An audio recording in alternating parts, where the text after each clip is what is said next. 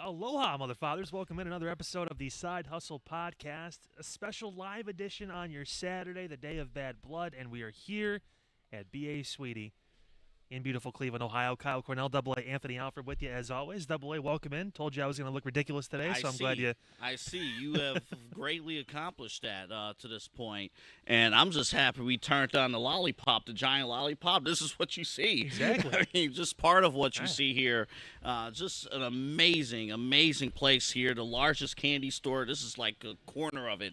The largest candy store in North America right here at B.A. Sweeties. We are excited to be here. So excited. 11 to 1 today. We're going to be live here, obviously previewing the PLE tonight for WWE, talking about wrestling stories and a few other topics thrown into. There's a lot going on this weekend, not only here at B.A. Sweetie, but all across Northeast Ohio, all across the country. There's events going on today. Yeah, we're not going to pretend like there isn't a baseball game going on, the Cleveland Guardians, so we cannot wait. But it is Halloween season. You see with all the candy just here. Yeah. Just here. We're going to show great discipline and not open any of these bags. But at 11:01 or like 1:01, I'm tearing one of these things open. Yeah. We shared the story. You remember back in the day when you had to sell candy like for fundraising? Yeah.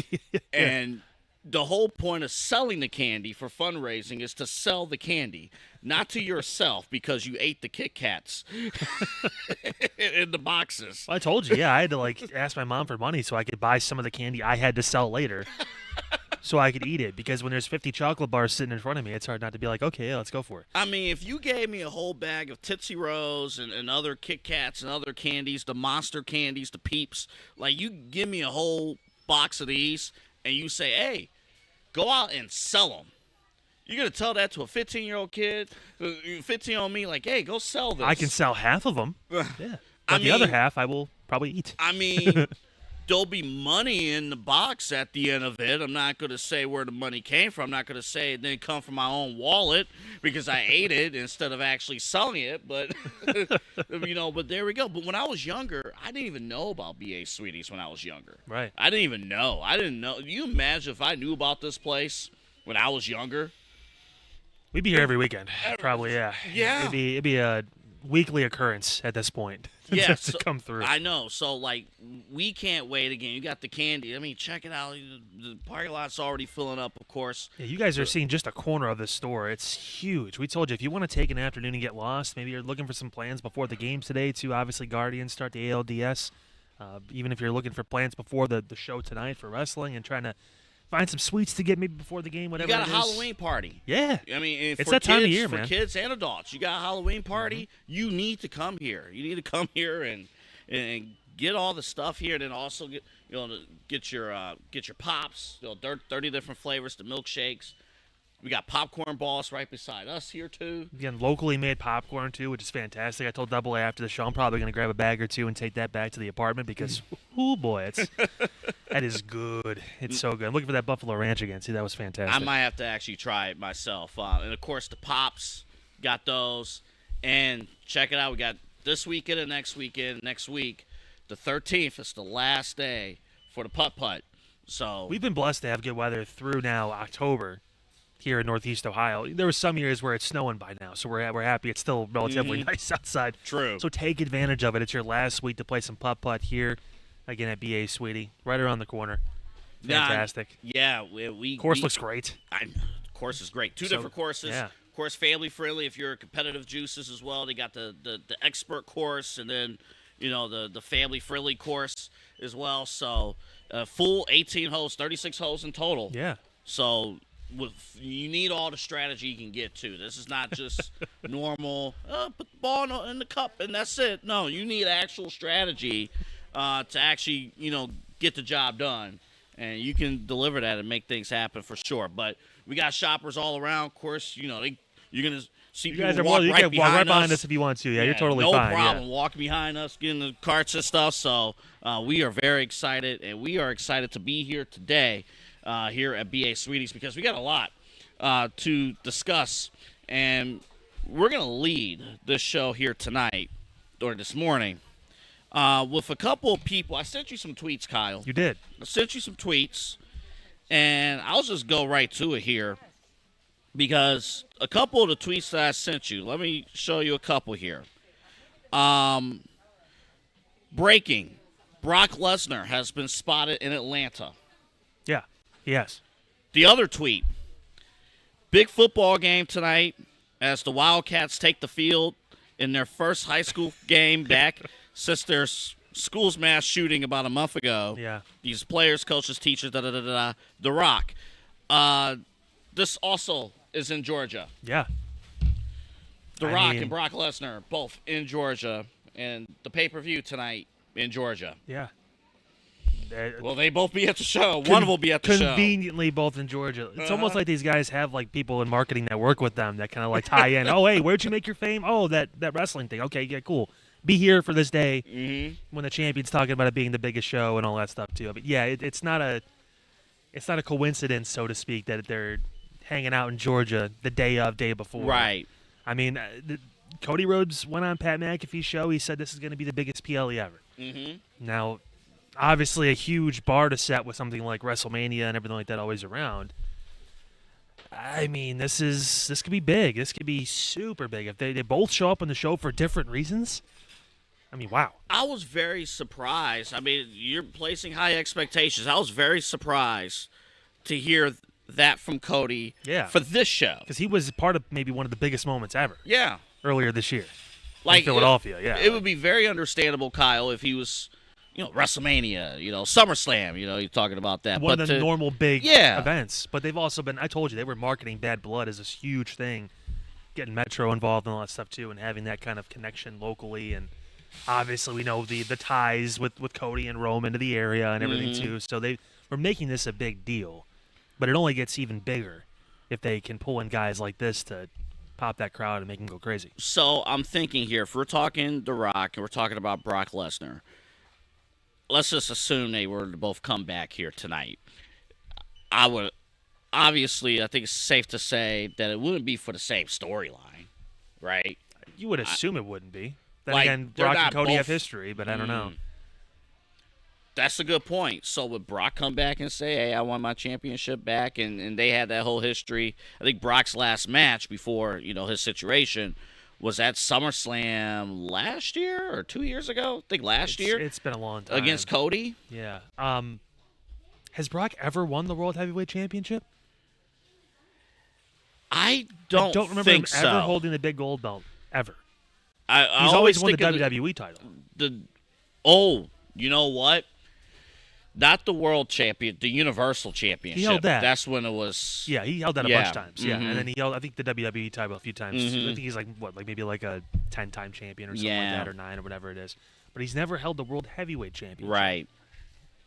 I mean, Gunther's the champion. He's right now, as of we speak, he's not on the card. We thought they were going to do Sami Zayn and Gunther at the show, but they're going to do it for Raw, I guess. Which, and we'll talk about that. Later, this is going to be. This is only a 5-match card tonight, unless there's some prelim match that they're adding, in the pre-show. But they haven't done that in a long time. Right. Like, this is only a 5-match card, and we'll talk about that because there's, in the old days, Braun Strowman and Bronson Reed, that would have been on tonight. The World Championship match with Sammy, that would have been tonight. Last night with the Tag Team Championship, that would have been tonight. The U.S. Championship, that would have been tonight. Right. So they would have put 8-9 matches on the card. Show be 4.5, 5 hours long. But that's the fundamental difference. Like AEW puts all those matches on their pay-per-view cards, and Vince McMahon used to put all those matches on the card. But Triple H at NXT only have 5-match takeovers. It felt really special if you found your way onto the show. Like if you were a match, it had to be a really good feud, or it had to be, again, this match is too big for TV. We just can't do it. So they're trying to establish that again now on the main roster, and I mean it brings importance to getting on that card and the quality of matches and all the matches that are on the card. We'll talk about later. All the feuds have been long and building and getting there. Whether it is obviously Cody and the Bloodline stuff or Damian Priest and Finn Balor or whatever, they've been building these for some time now. So you're getting a lot of build into this, and we know there's still a couple pay-per-views before the end of the year, but it feels like this has turned into one of the big 4 or 5 that you're going to see throughout the entire year. The other possibility I saw, I think it's clear that, The Rock is on this show. The Bloodline, there's going to be huge advancement in the Bloodline story. I think with Brock, I think the other possibility could be the CM Punk Drew McIntyre outcome. I've seen a little bit of rumors about that. We've heard from a lot of sources that match, Punk and McIntyre, is going to open the show tonight at 6 o'clock. That's going to open. Which, hey, I guess if you're not going to close it, open it. But opening your PLE with the Hell in a Cell match still to me is just wild. I know. Like, that's always been like, hey, that's a special attraction. That's the main event. What do we do after that? So if they're going to open the show with that match, that leads me to believe 100% Brock is obviously a question because of the allegations and all that stuff and everything, too, in the lawsuit. But The Rock's coming back because you need that moment to justify not putting that match on first. Instead, putting the Hell in a Cell first, because Hell in a Cell is almost as big as you can get. Yeah, I know. For a special attraction, it's like the Elimination Chamber. It's like one of the biggest things you can ever have. And for that feud, for that story, that has lasted for months, almost for a full year. Remember, CM Punk came back as Survivor Series last year. I mean, we're coming up around Thanksgiving weekend a year ago, and that's when he came back, and Drew has made it known since that point that he didn't like him. I mean, my goodness. I mean, so you're right, and I think it was in discussion for that match to main event tonight, but it turns out that you're going to have Cody and Roman and that tag team match main eventing. And me personally, as we kind of transition into the main event tonight, under normal circumstances, I'm not a fan of non-title tag team matches main eventing shows. It's got to be something like, oh yeah, it's The Rock and Ronda Rousey versus Stephanie and like the Triple A. There's got to be some sort of calling, and I guess they've kind of hit that. It's Roman's first match back since WrestleMania. Yeah. So they've done that. But I get the point. Yeah. Normally it's kind of strange. Normally it's strange, and normally if it's just, I'm also normally not a fan of can these two guys coexist together. And in the past, that's been done to death. Somehow, some way, none of this is true in this story. Well, Cody's been able to justify it when he said, Roman gave me his word, even to Kevin Owens and Randy Orton and stuff like that. He laid out examples of what he said. He's done what he said he was going to do. Now, before, obviously, that benefited him exclusively, and it was trying to get the better of Cody in those situations. And he could still obviously be trying to do that. We don't know what the end-all, be-all is for this, how the rest of the bloodline, how The Rock, how Jey Uso, how any of these guys play into any of these plans. But he wasn't wrong. Cody was right. I mean, he has been, honest about what he's wanted to do and how he was going to do it. And if Roman says, listen, I'll have your back, but I still want to beat you and you're still on my way in life, I mean, it felt very honest, truthful take at that point because it's right there in front of you. But just because you're honest doesn't mean I have to like what you said. Yes. Are we kind of? I think this KO situation. They've been teasing his turn for like the past year. I know. Like, how many times with Sammy and then now with this, and it's. But we were going to talk about on our normal show Thursday morning. Well, they Mike hogged all the time. No, we think it was honestly it was great. We love Mike. We thank our buddy Mike from State Farm, of course. Check him out, of course. And our sponsor appreciation week. Yeah, it is sponsor appreciation week. Definitely, as we're here at BA Sweeties live here on Brook Park Road, Cleveland. Of course, if you cross the street, you'll be in Parma. So take your pick. Yeah, take your pick there. But I did want to bring up this point. It happened on last week's SmackDown. Yeah. That Kevin Owens went up to Cody and said, "I don't want you interfering in our match at all." It was KO and Randy versus Jacob and Solo in their match a week ago, and you're like, "I don't want any interference." And then Randy came right behind and said, "Hey, it's going to be 4-on-2, 4-on-1. If you have any situation like that, please come out and help." And then you remember what Randy said right after? I'll talk to Kevin. It's clear as day he never did. Never talked to Kevin. I feel like people didn't get that. And that's one of the things where it's a different version of WWE because you have to pay attention to stuff like that. You can't just be like, oh, yeah, it was a great show, and there was a couple angles. Like, everything they say now you have to listen to. Because a little thing like that plants a seed. And, I mean, it's... And you got to look at, like, the background stuff for, like, interviews. You know, Sammy was interviewed backstage, and there's rumors, like, who was standing behind, off in the distance. And it might have been Uncle Howdy, which would be wild. That'd be a crazy feud. That would be wild. And that's an interesting turn, too, because they've been presented as babyfaces to this point, the Wyatt Six, even though they decided to practically kill people the first time they showed up. But like, to go after Sammy, who was one of the most over people in the company as far as being a good guy, I mean, that's a turn. Maybe I think they need it, because honestly, it feels like, okay, the good faith, the goodwill has kind of wore off. Where have they been the past couple weeks? The VHS tapes again or whatever it is. They haven't really, done anything on camera. It's been all just kind of vignette recorded stuff. I mean, I don't know. Back to Cody and Roman for a second here, because you got that going in the background. Now with perhaps the impending return of The Rock.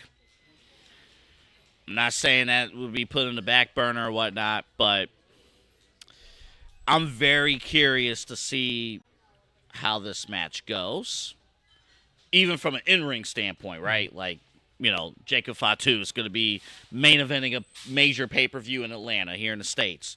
Like, I'm curious to see how that's going to play out. But how do you think just the team of Cody and Roman, how do you think that's going to play out tonight? I think they'll be okay. I mean, when you have two of the best wrestlers in the world teaming up, it usually goes pretty well. There'll be some moments. There'll be some one-upsmanship. Roman's going to take his time. The reason why this match is going to be the main event is because Roman's going to take a half hour for his entrance, so it's no big deal. He's going to walk really slow, make The Undertaker look like he was on speed skates. But nevertheless, I mean... You're going to need 3 commercial breaks just to make sure you see Roman get to the ring. No. Double A. Picture in picture. Picture in picture. You'll get that instead. Oh, boy. But no, like, it's going to be a long match. There's going to be one-upsmanship through it as well. I mean, you're going to see it kind of go up and down, and there'll be ebbs and flows, but that's part of the storytelling aspect. And there'll be some sort of twist at some point during it. I don't know if it's going to possibly set up future matches with Cody and Rock, maybe, or Cody and Roman, or if this is going to be all about Survivor Series and trying to build it up to there with the Bloodline versus Bloodline match and War Games. I don't know. I mean, if The Rock does come back, whose side is he on? That's a big thing, too, because if he does decide to go behind Solo and back him and reveal he's kind of been the puppet master behind that for the beginning, who does Roman turn to at that point? Because how many members of the family does he have to go to in a 5-on-5 elimination match? Or a 5-on-5 War Games match at Survivor Series? That's the big... It's assumed it's going to be 4-on-4 like it was last year, but you never know. I think back to the discussion we had right after WrestleMania, in the promo that Rock and Cody had after WrestleMania, in that it seemed to me, the feel that I got coming out of there was that, Roman's basically done, right? Yeah. He's basically done. But our story's not done. Our story is just beginning, and at some point we'll cross paths again. It almost seemed like The Rock himself wrote off Roman Reigns. Like, you got that as a backdrop. And it feeds the uncertainty of why did this all start? Why did Solo decide to just start going on his own?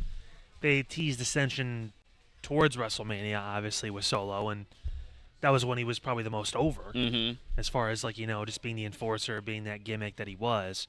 Still not entirely sure about buying it, and even having Jacob do the talking was kind of indicative last night on SmackDown of, like, hey, this is... It's kind of Jacob's show right now. He's the... Oh, it's completely his show. Yeah. It's completely, Solo is just... He's a needed piece, but he's a transitional piece. You were going to call him a warm body, weren't you? He is. He is. I've never heard a crowd just hear Solo and stone silence. Well, again, like when Roman would stand up and do the one and all that stuff like that, everyone stands up. They do the one. When Solo does it, they're like, no. Okay. Yeah, all right. Well, he's doing the thing with the finger again. We do got to talk about, it's room. Listen, The Rock, and we also mentioned Brock at the beginning of the show, Brock Lesnar, but The Rock was spotted. Let's just say he just flew into a random high school in Georgia, and now he's back home in Hollywood. Which, is not entirely out of the possibility, because believe it or not, The Rock does have a lot of money. Yeah. So he is able to take those kind of trips. Yeah, like I told, so to speak, when he wants. I told Pete earlier, like, somebody famous could just fly in, have a talk in Solon High School, and then head back home to New York City. It's possible. It's very It can happen. Some would even say plausible, but Yeah. I don't know. I mean, it. But let's just say It's just too much to have them both be there. I know. Let's just say that's the case. Let's say we don't get Rock, at least Rock here in this case, because I also see a scenario where Brock Lesnar can jump in, and that's Cody's next challenger. Yeah. At the the next show is in Crown. Saudi. Yeah. Mhm. So I mean, that's Brock Lesnar loves those Saudi paydays and those Loves Saudi those shows. paydays, man. It's that oil money. Woo! Got an election. Anywho, I'll tell you. We want to do a live remote out there. I gotta get a passport first, and See, I'm extra security. I'm on my best behavior today. I know you are. The most loud thing about me is going to be my outfit. So that's good. I'm like, we're gonna push, but sustain here. Sustained. Let's say though, Rock is not involved. Let's just say it is the tag team match. Yeah, just a straight up tag team. Just a straight up tag team match with bloodline No. elements coming into this match. You're saying over no the last few hullabaloo? weeks. No, who's he? What's it? Ooh. I would have confidently said Randy Orton's turning tonight. It's still possible. Let's say things go south, the match breaks down. Randy comes out to return the favor for Cody and be there for him because Roman obviously can't be trusted. And KO, again, begrudgingly has followed Randy out because Cody's still his friend and he still wants to try, and he thinks Cody's an idiot for doing this, but he's still, hey, sometimes your friends make dumb decisions, right? But, I mean, you still support them and you try to make them and help them through it and get them to the next point in their life. I mean, after a while, if you tell your friend you should break up with this person, they cheated like 20 times and they still don't do it, after a while, you stunner them. Yeah. You give them an RKO. You kick them in the gut. You give them an RKO. Yeah. I think that's going to happen at some point. Nothing wakes you up more than a slap of relevance from your friend. Man, we told you not to trust Roman. We told you not to trust him. And here you are, teaming with him. You don't even care what he has done to your friends at all. You didn't care that he hurt KO over the last 4 or 5 years. Plus, you didn't care that he took out Randy Orton for a year and a half. You didn't care. No. You teamed up with him. Yeah. There's so much there when it comes to KO and Randy. Even in their own thing, I told you, it almost feels like they're building towards the Randy turn and the Kevin just going, what the hell? Now I was the one that always did this. Now everyone around me is doing this. I don't get it. I don't understand. And that match, Kevin Owens and Randy Orton, we got a taste of it. I think was it like the King of the Ring around that time, or I believe so. Yeah, maybe it was first round match or something like that, or whatever it was. We got a little bit of a idea of what that could look like, and it kind of breathes CM Punk, Drew McIntyre type feud that they could build into WrestleMania, because I really don't see Kevin getting in the title picture again.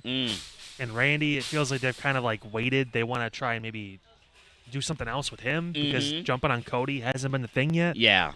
I don't know. I mean, it's a lot to process, and there's a couple directions they can go, or they could just say screw it, and they're not going to turn either one of them, and all this was just a swerve. We're going to talk predictions coming up at the tail end of a little bit later in the show, because I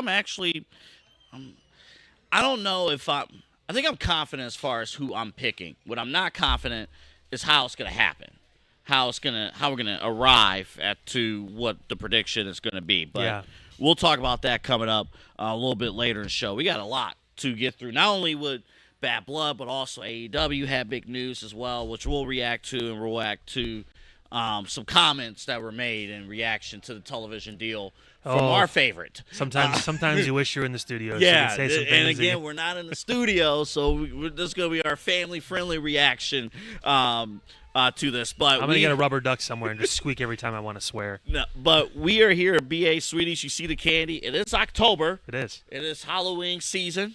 and we are excited because coming up on the other side of this break, we're going to have Tom from BA Sweeties. He is the conductor, the operator, the owner that puts it all together. He might come here. out on a train. I have no idea. He might. You never know. It might be with Polar Express or whatnot. But there's a ton happening. There's a lot of offerings and stuff. As you know, we get you set up, whether it's for kids or for adults, for your adult Halloween party, your kids' Halloween party, family Halloween party. We got the spooky treats all here for you, and we'll talk with Tom from right here at BA Sweeties on the other side of this break. Plus, we'll continue to get you set and ready for a pay-per-view, a premium live event that suddenly had a ton of interest. Yeah. A ton of interest for a non-WrestleMania. So we can't wait. You can also stop by yourself here. You know, Ridge Road exit off of Interstate 480. Take a left on Brook Park Road. And it's true. There is a giant lollipop right outside. Even when you're going down 480, you can see if you're hitting westbound or even eastbound, you can see right before the Ridge Road exit. And there's a huge giant lollipop. You can see the Sweeties sign on the building, too, when you drive by. You know where it's at. It's so easy to get here, too, which is fantastic. And, of course, the employees are great. Ben, manager, and today has been fantastic, help setting us up with everything. And tell you what, man, it's an awesome place to be. Saturday's usually a busy time, too, so get in as early as you can so you can try and avoid some of that rush, too, because once people get in here, it's hard to move around. Very, very true. All right, we'll take a break, come back. We'll have time for BA Sweeties. Kyle Cornell, Double A Anthony Alpha here with you. This is the Side Hustle Wrestling Podcast live from BA Sweeties, and we're back in just a moment.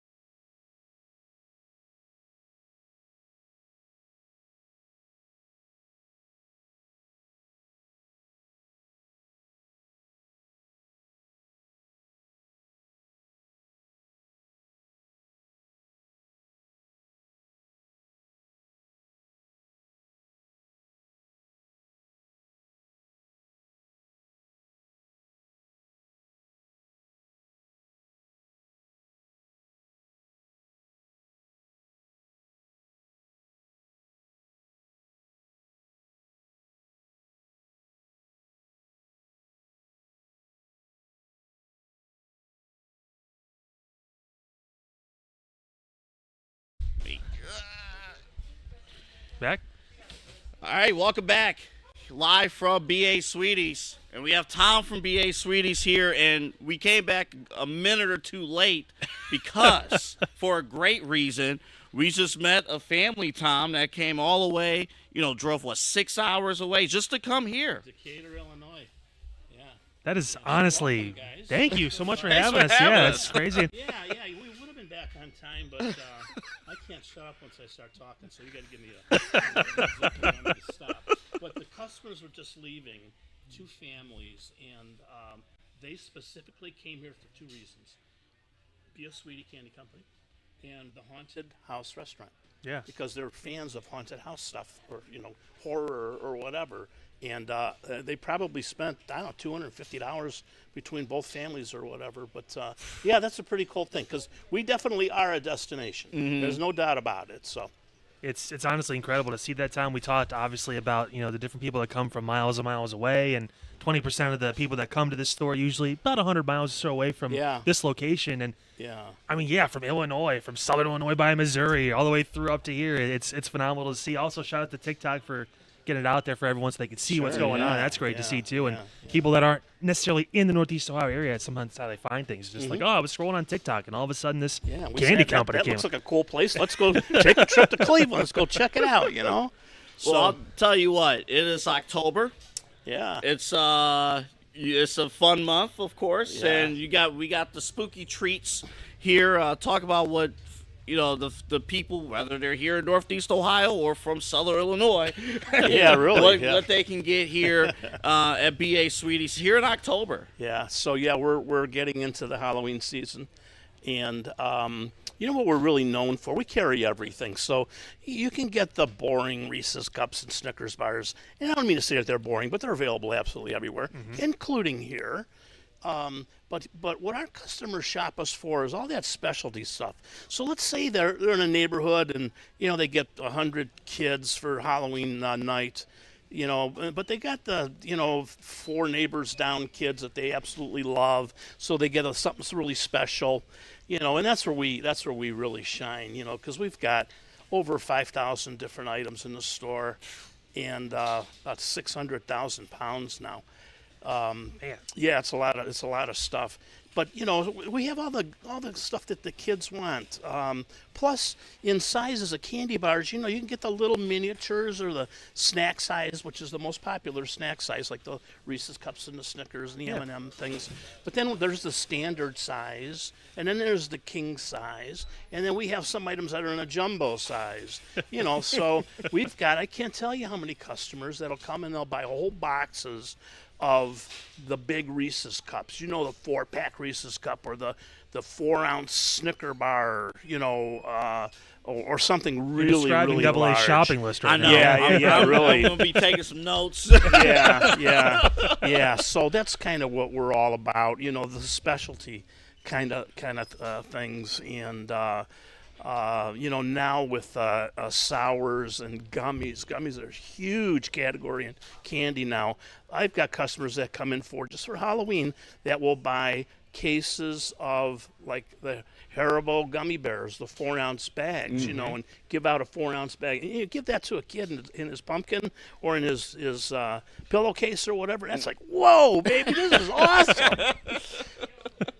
And honestly, it's crazy to think about too, just the different options you guys have here and all that. And speaking of the sour stuff as well, we've been obviously sampling some stuff on the show the past couple weeks. Right. Thank you so much for Thank giving us some product to work with. And I love the souracha. You know what? Oh my God, it's so good. They came to us, and all the products that we stock, we buy right from the people that make them. Right. Oh, that's big. That's big. I'm gonna for about 95%. Some we buy from a distributor. We are the distributor, but 95% comes from factories. Right. So this was maybe about 6 weeks ago.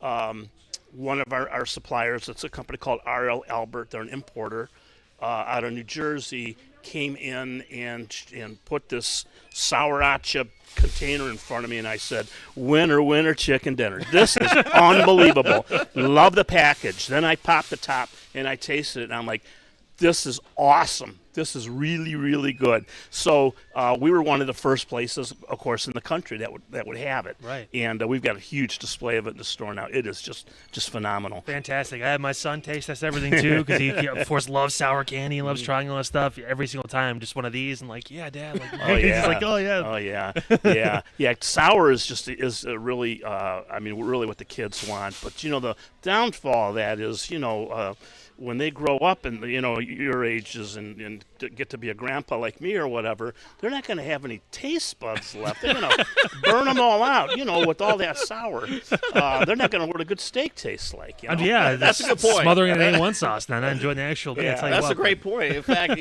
skip breakfast. Come here. That's right. Yeah. don't need breakfast. No, come here. You'll be set. Yeah. Well, you're talking about food and gummy.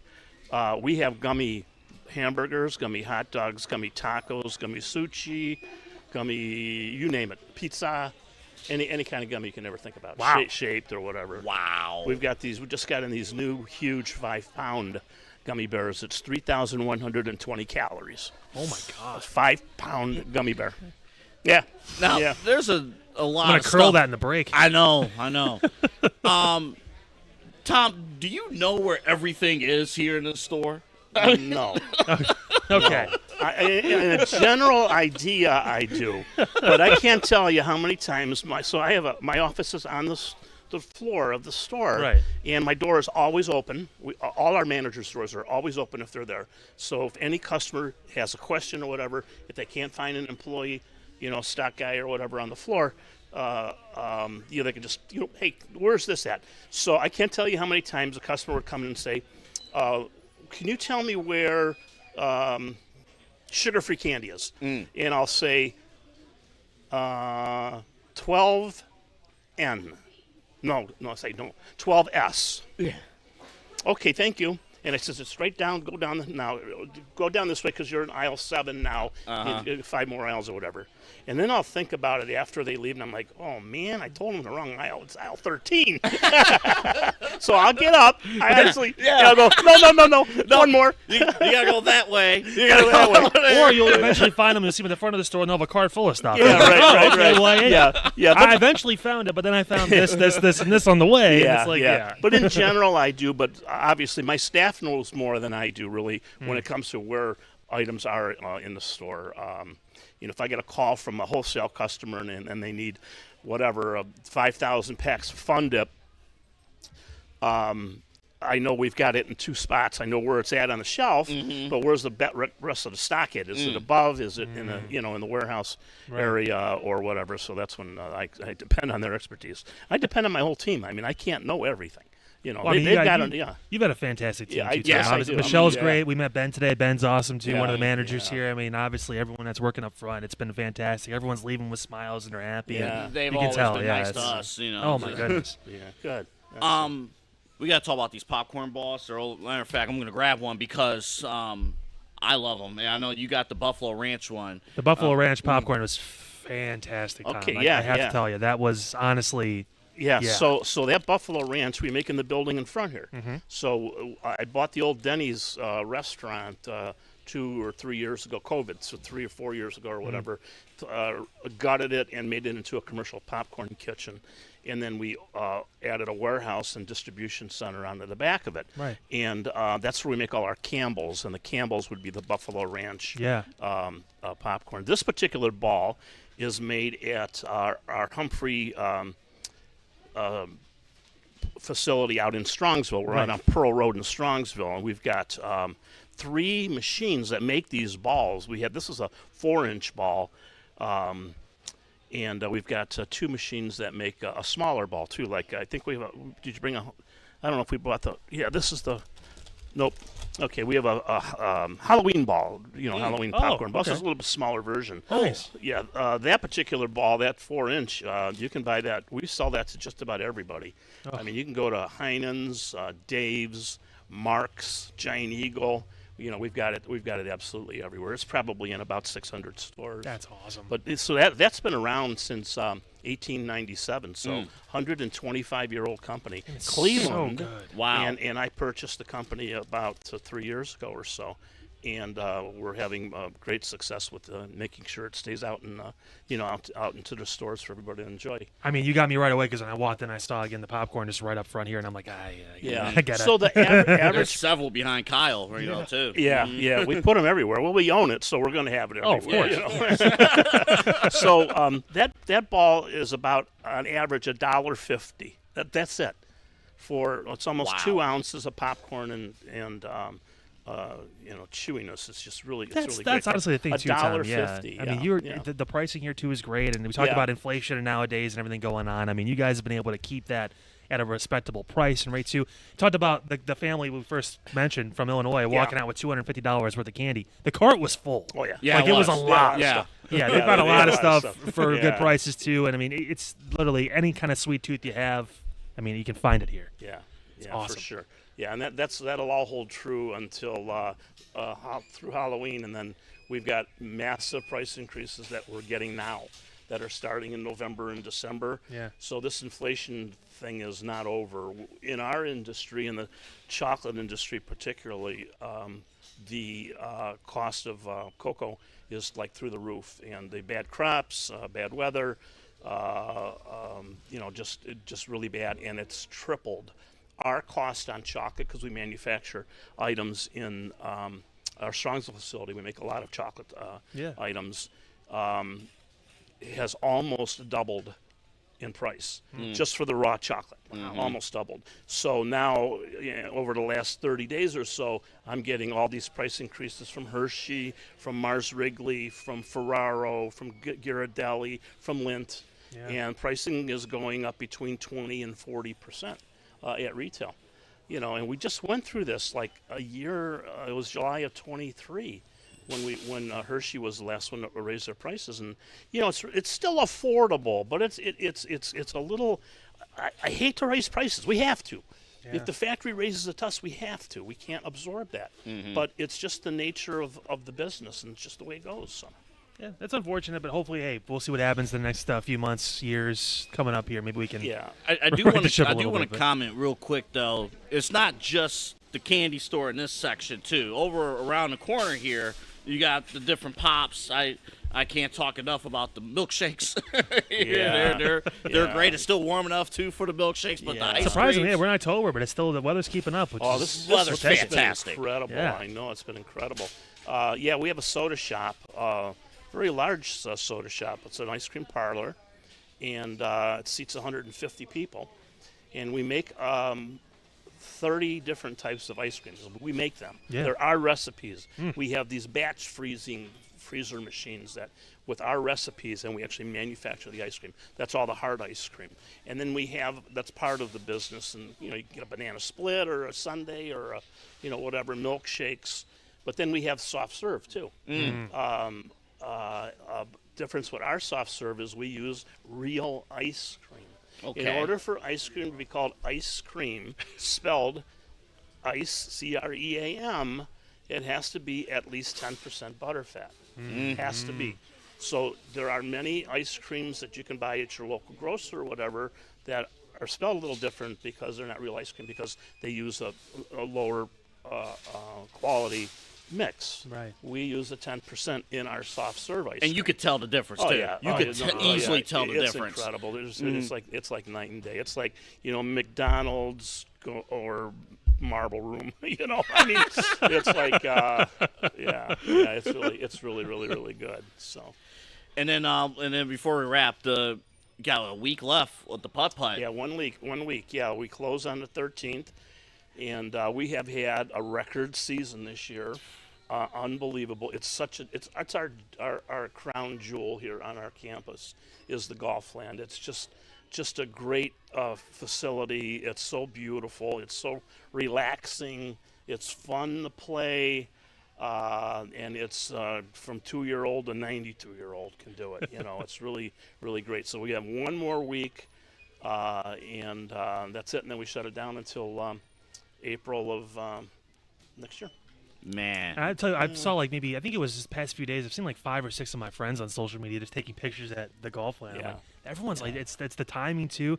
Is there a thought if it stays like in the 70s through October to extend a little bit, or is 13th like hard date? No, it's a hard date because Okay. here's what happens. Like during the week, we may get 20 golfers on that course on a Monday or Tuesday. If it's, and we can't operate it for that small of amount of people. I see. Weekends, Friday, Saturday, Sundays are always busy.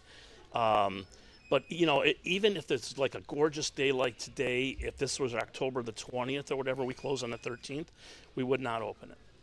Okay, because that means we hadn't maintained it for a week. We've got to cut the grass, we've got to clean up the weeds, and we have any busted branches we got to clean up. Blow off the turf. see. And What do you think? It there's a just lot of magically maintenance. just shows up? Yeah, You know, it doesn't it's just there, yeah. Kyle? Listen, Yeah, it's I golf a lot. I understand it takes a lot it for takes a maintenance. lot. It's, No, it's there the is a thing. lot of It's a maintenance. lot of maintenance, It's- especially with the greens. Yeah. Yes. So it takes us honestly 4 full-time people for 3 weeks solid before we can open golf land. Just in maintenance. Okay.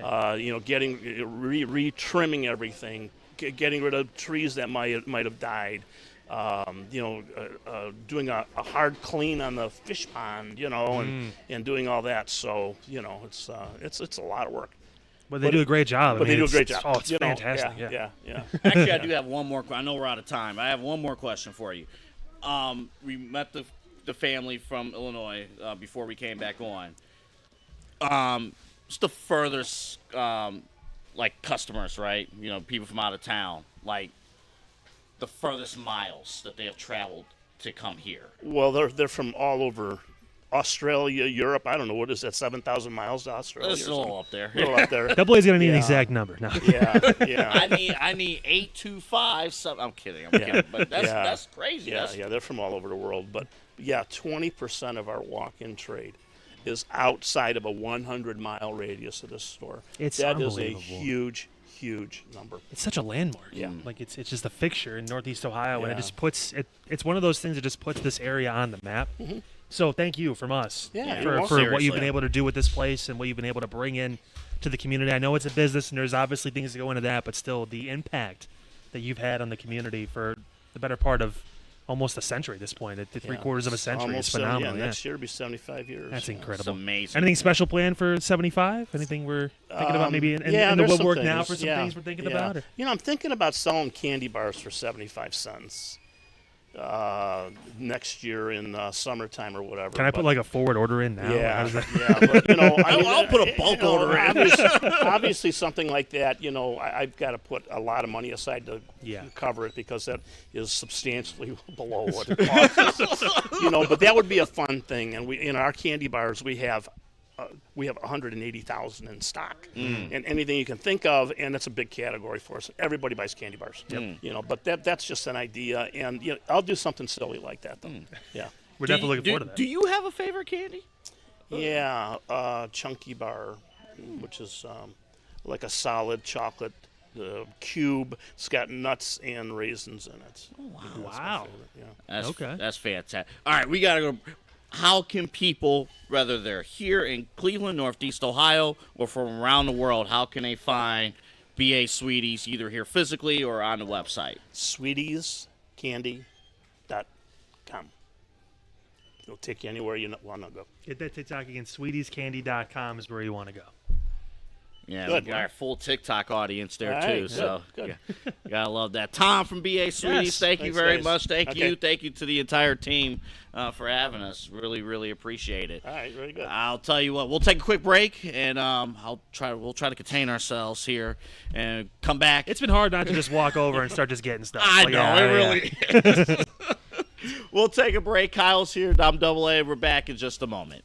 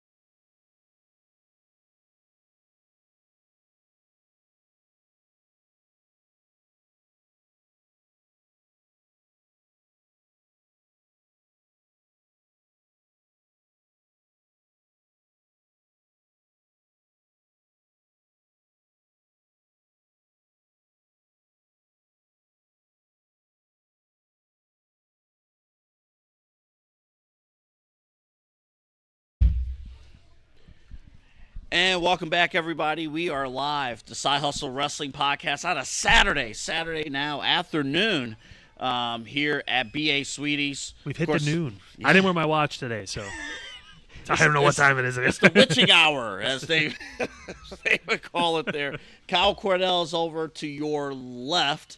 I'm Anthony Alfred on your right. And in our middle, and your middle, is our guy, the myth, the legend, Eli Moon. Hello. He's here. Music artist, doing big things. Of course, check him out, Spotify, all your music platforms. He's all there, all ready to go. A lot of great stuff. At some point, somebody has to work on our intros and stuff because we've done this for a year now, almost a year, and we just start the show. You know, normal podcast, they have like an elaborate intro, and then they go to like a crappy webcam. We do the opposite. It's not in the budget to hire Lil Wayne, so I can't do that. So I don't know what you want from me at this point. We do the opposite. We just go right to the high production intro and just start the show. I just swear at people to open the broadcast.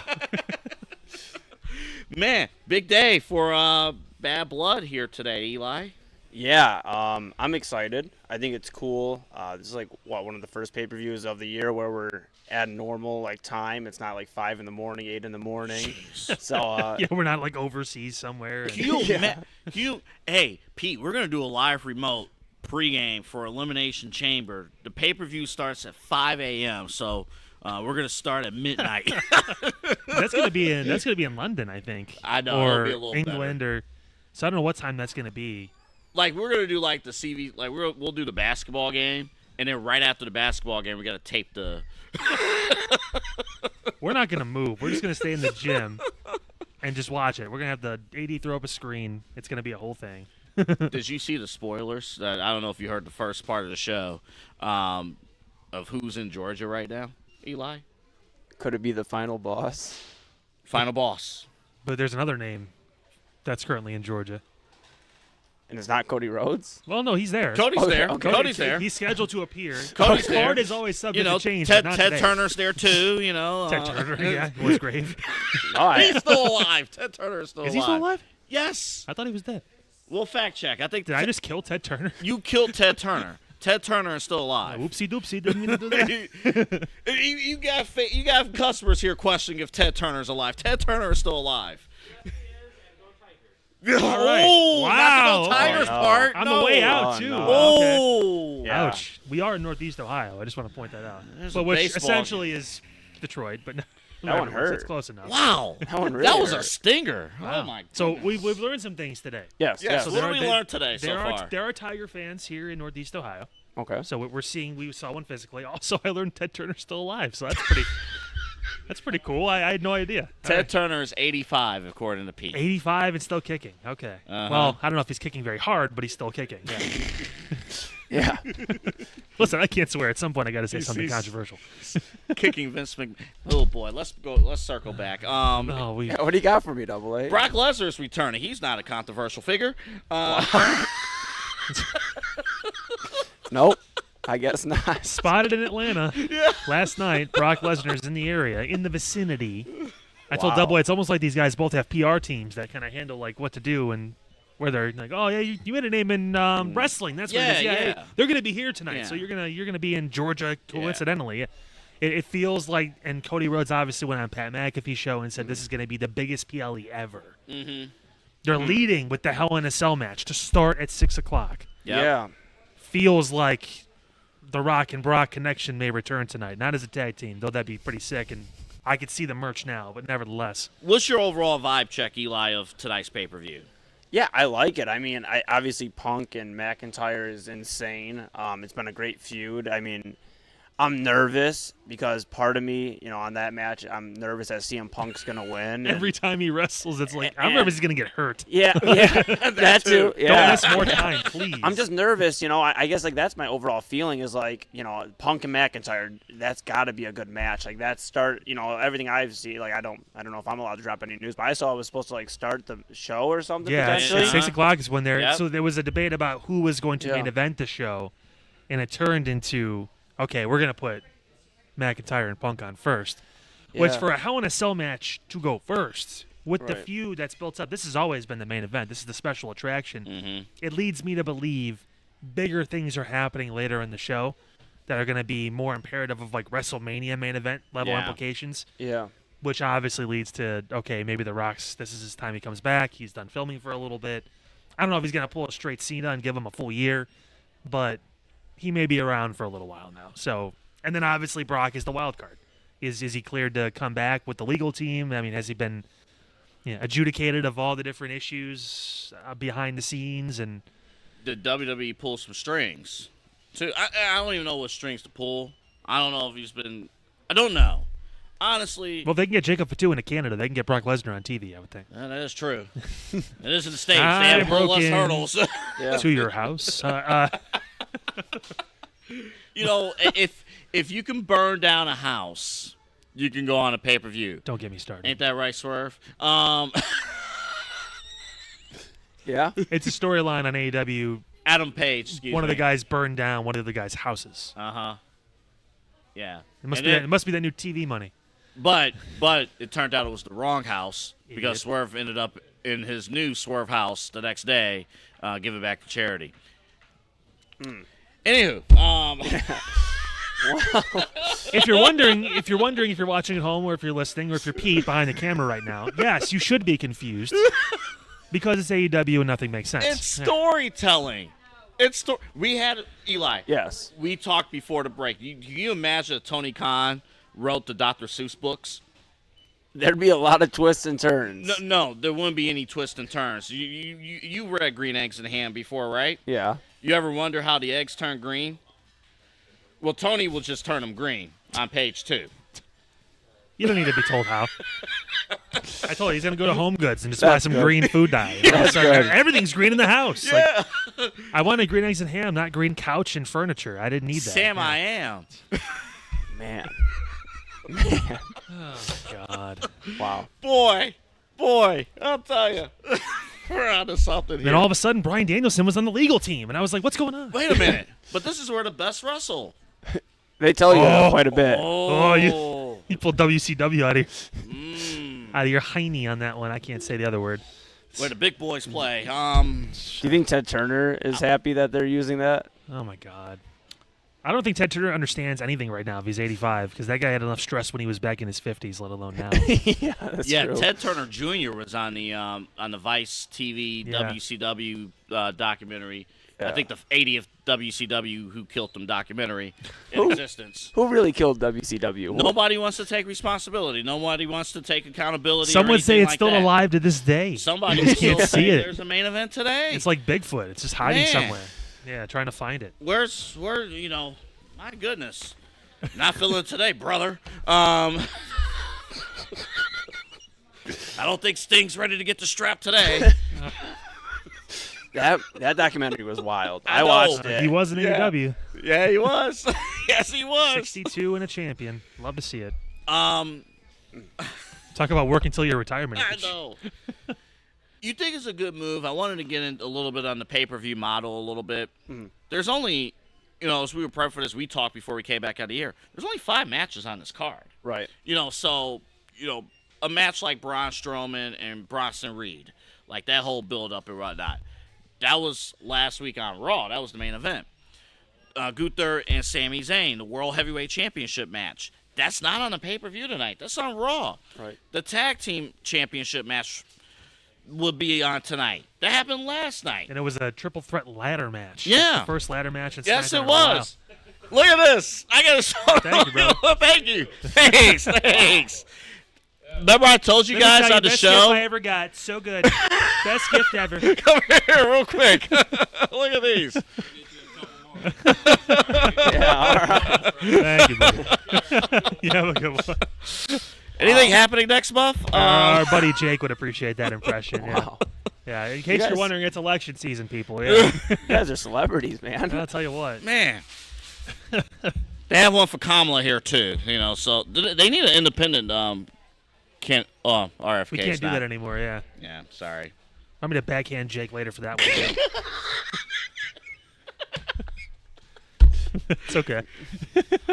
Are you okay? We'll put those on that side. Side over there. What are you trying to say? I'm not saying anything. I have a reputation, so lean in, right?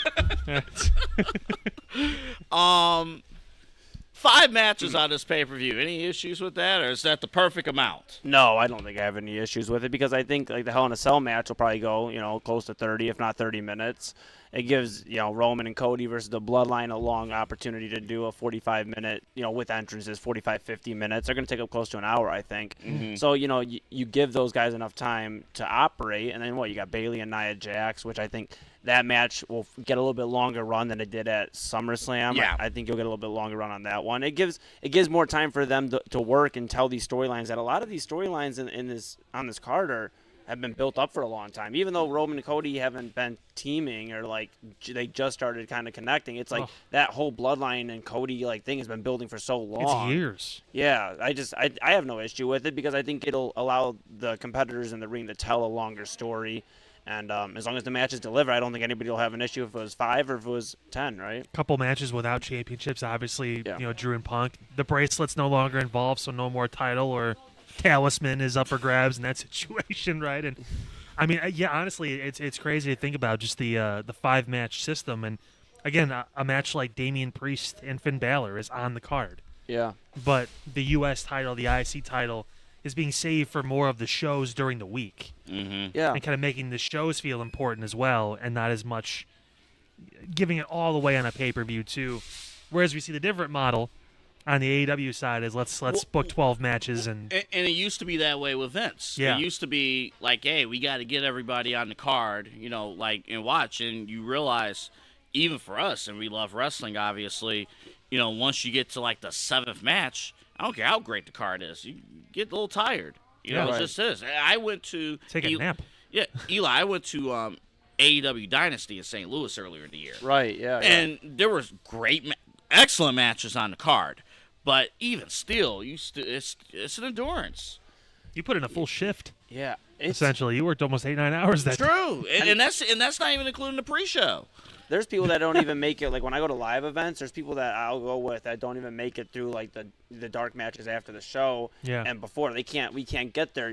I want to get there the hour before so I can watch all the pre-show matches the and main watch event stuff yeah. and all that and everything. But there's some people if I go with, they just don't have the stamina or the whatever mental to sit, fortitude. to sit through. Mm-hmm. Yeah, right. Call them out. To sit through that though, it's and I don't blame them. Sometimes it is a lot to watch 3-4 hours of wrestling. We do it on a weekly basis every Monday, but it's not anymore. Yeah. 2-hour Not Raw this anymore. coming Monday. Yeah, You're love right. to see 10 it. o'clock, For your boy's going to bed.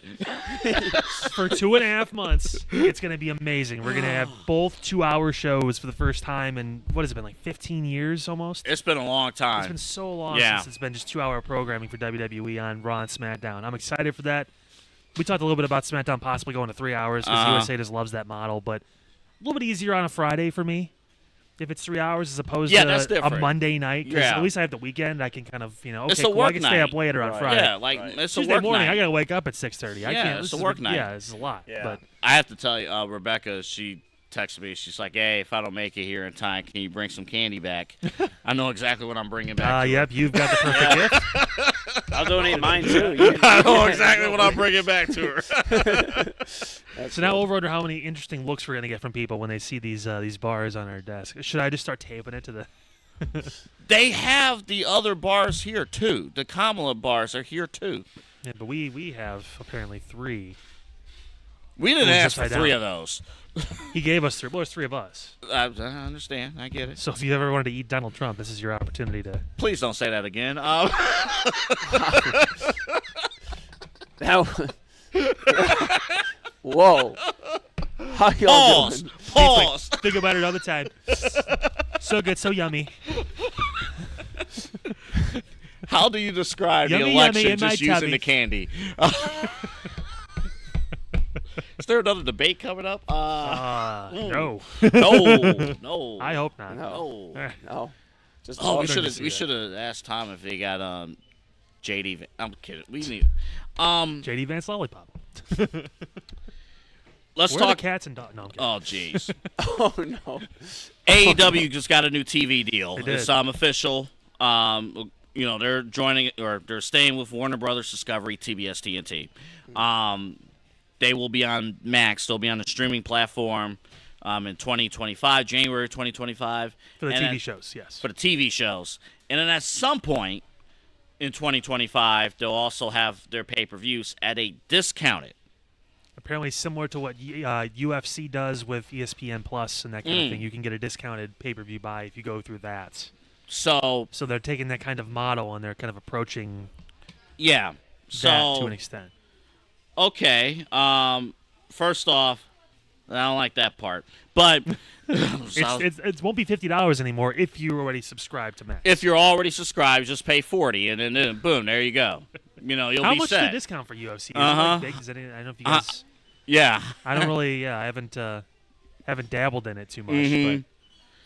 I want to point out a couple of notes here. So Chris Jericho had the promo on. But speaking of cringe, the whole Learning Tree gimmick is rough. Yeah. So That and Mark Briscoe is not. Chris Jericho said, "Hey guys, congratulations on 5 years of Dynamite. Congratulations to the brand. New TV deal. We made a lot of experts look like real idiots. Ha ha ha. Okay, fine. But then Dave Meltzer. Oh my God.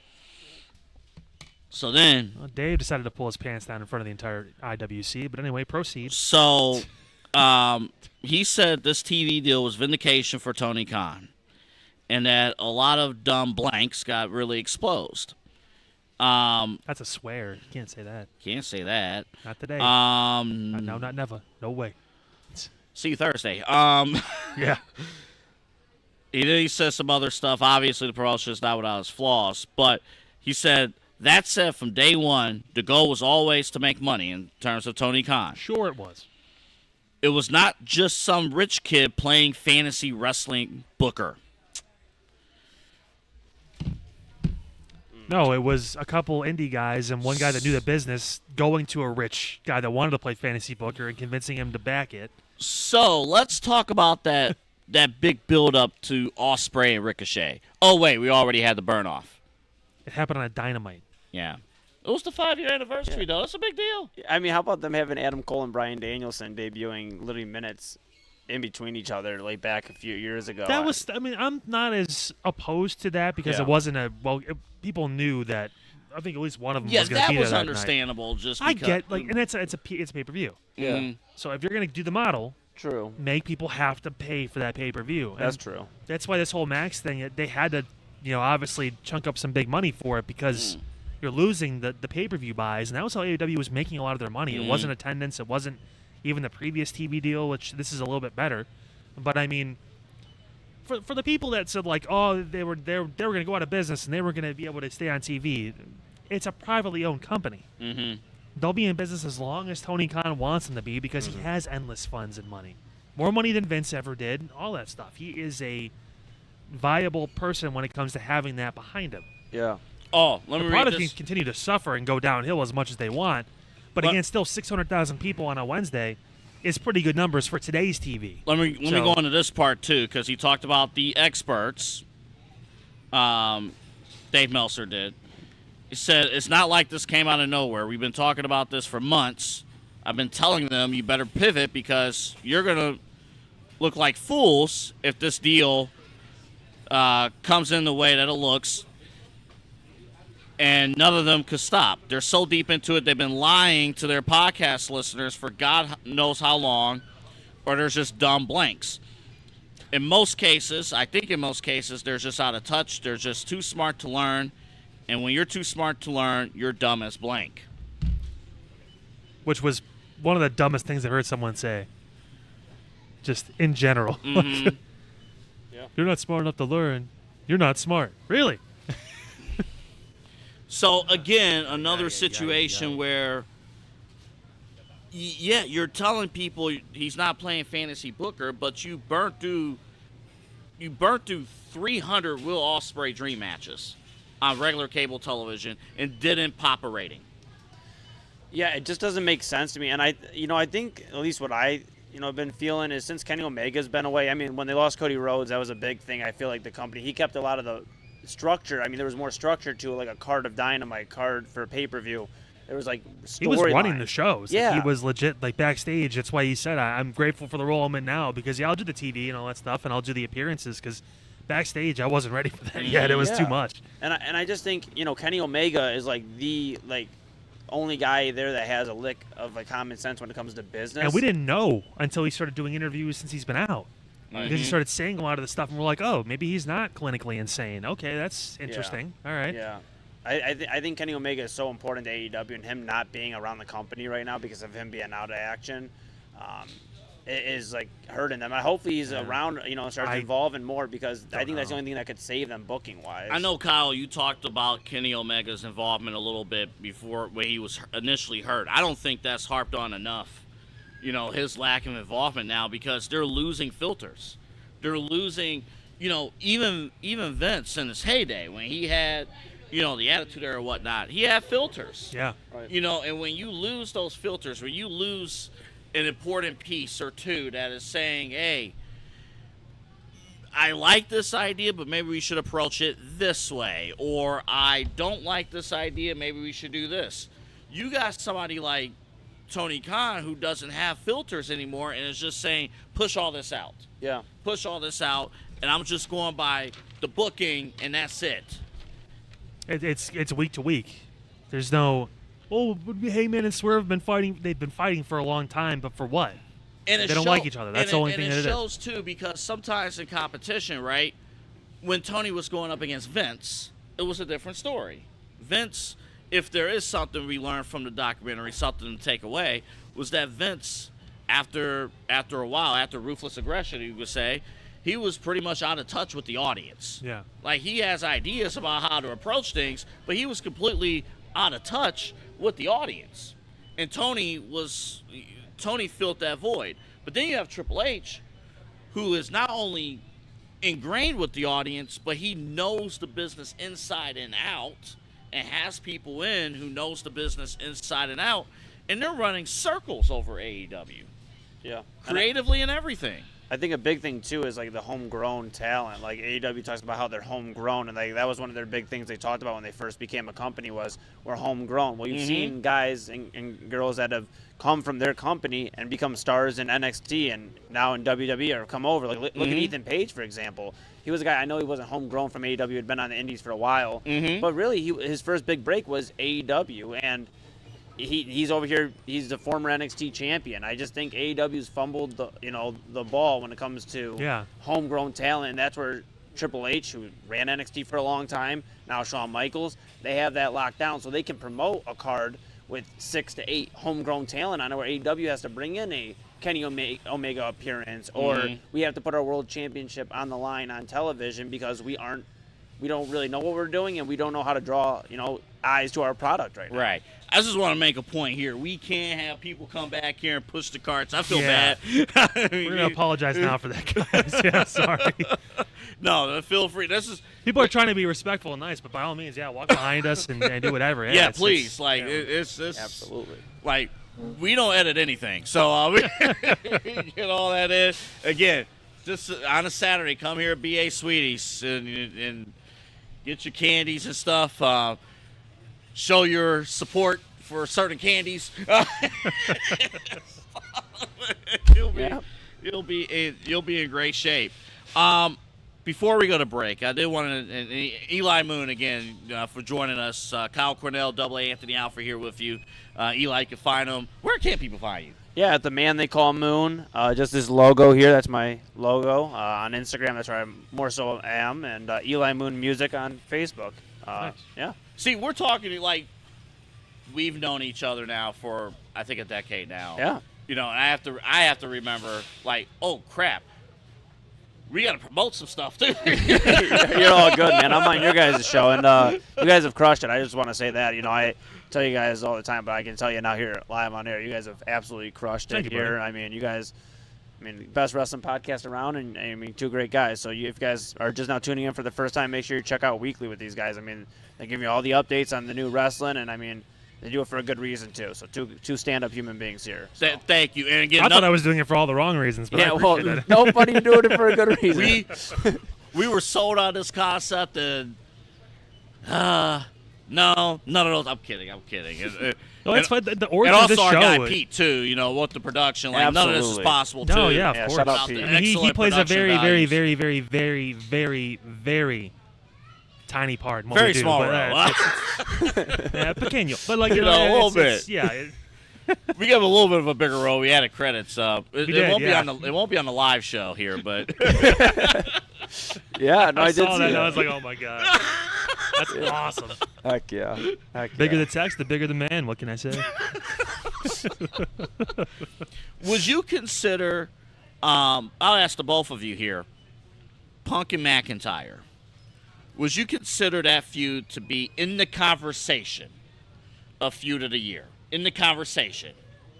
Yeah, I would say so. I think the only other feud that could really rival it is what they're doing with Bloodline and Cody right now, and I mean that's got so many layers. So I think that would possibly. How many take- times can that one win feud of the year? Yeah, I 'cause mean, it's it's- always just hanging out and around. Yeah. Yeah, I don't know. I think so. I mean, to defer to you, but I think it's definitely up there. I mean, it's been. I mean, this is the best work Drew McIntyre's done. He's done some really good work since he's been back with WWE. This is the best work he's done. And, I mean, Punk's going to have to really show what he can do in his next feud to, like, top this because this has been incredible. We assume that whoever leaves this Hell in a Cell match as the winner will probably go towards the championship. Yeah. We're assuming that this obviously all depends on what's going on if Brock returns or whatnot. I mean, that could be a whole other thing. We know, obviously, Brock has history with both. Mm-hmm. Yep. You know, McIntyre beat Brock at WrestleMania for the title at one point, and then, obviously, Punk and Brock go back a decade plus with Paul Heyman and everything, too, and all that. The last time Punk was in WWE. Mm-hmm. I honestly, I mean, you can make a case for women's wrestling too. On the other side, with Rhea and Liv, that's been a hot feud. It got Liv over as a mainstay heel persona on TV. She's champion now for it. I mean, that's kind of made her in that whole feud. I mean, it's tough, but I think if you don't say Drew and Punk at this point, it's kind of it. Mm-hmm. You're directing traffic like you work at the air marshals. Hey man, They get you two little light up cones that you can just like, direct people through. man, I'll tell you what. We're in for something. This has been exciting. Eli, you want to stick around for one more second? We got to do predictions. Kyle brought this up to me. MJF is going to be in Happy Gilmore too. Yeah, I saw that. I'm excited, and I hope he's MJF. Yeah. True. Yeah. Because we would need that. It's going to be on Netflix. Uh-huh. That's where Happy Gilmore 2 is going to be released, so they have more freedom to kind of let things go a little bit more. He can be himself in the movie. We know Travis Kelce's going to be in it too, and all that stuff. They're going to have all these different people that are going to pop Rebecca's in. in. Yeah, she's immediately going to watch. If not for Adam He Sandler says already, me- yeah. but- Oh, Kyle says me something. There's a whole neighborhood of Taylor Swift. It's all her albums, like, but All it's her all dead. albums in the front yard Yeah, and it's whatnot. like- It's, it's like- just Taylor Swift stuff. And Anytime I see something Taylor Swift now, I just immediately tag Rebecca. Yeah. I get her to say, great. screw it. She needs to see this anyway. we if should she have hasn't. asked Tom if there was any, if they were planning on adding any Taylor Swift in endorsed It's candies. an infused candy. They took their sweat glands and they put her in Snickers now. Pete's like, sign me up. Swifties are going crazy. Huh? Literally. Just now. It's all there. It's a mutant Taylor Swift because she has the genetics where it turns people into her. It's like the zombie apocalypse, but it's all just Taylor Swift. Shut up, Kyle. You'll get me in trouble. Shut up. If I see you in a blonde wig, I'm losing my Shut mind. up. Shake Wait, so it you and off, Rebecca Double for A, shake Halloween, it are you off. guys going to do like the reverse? Like, are you going to dress up as Taylor Swift and she dresses up as Travis Kelce? Is that what's going to happen? Or did I just give her an idea? You did. Nice. And it's We were on gonna air. do so like rock. We were gonna do like Rocky theme or something. Look what I you was made gonna me do, Rebecca. Look at. Unbelievable. Really? All right. To who? Me? We're gonna take a break now. I'm We'll not. start the donations on the other side. We're gonna take a break. Okay. Talk after when we come back. I'm going to get here. a Stern talking to during this break. By the way. No more Taylor Swift. No more. We're going to predict what's going to happen tonight at the WWE Badd Blood pay-per-view. Since we're here in Cleveland, and since we had a Tigers fan interrupt our broadcast earlier, we'll give some Guardians picks too, with the baseball game coming up in a half hour. So we got that coming up too. So the man they call Moon, he's here. Eli Moon, Kyle Cornell, and I'm Double A Anthony Alford. We're back in just a moment. This is the Side Hustle Wrestling Podcast. You can watch us live on YouTube, and you can hear us on Spotify and the free iHeartRadio app. Back after this.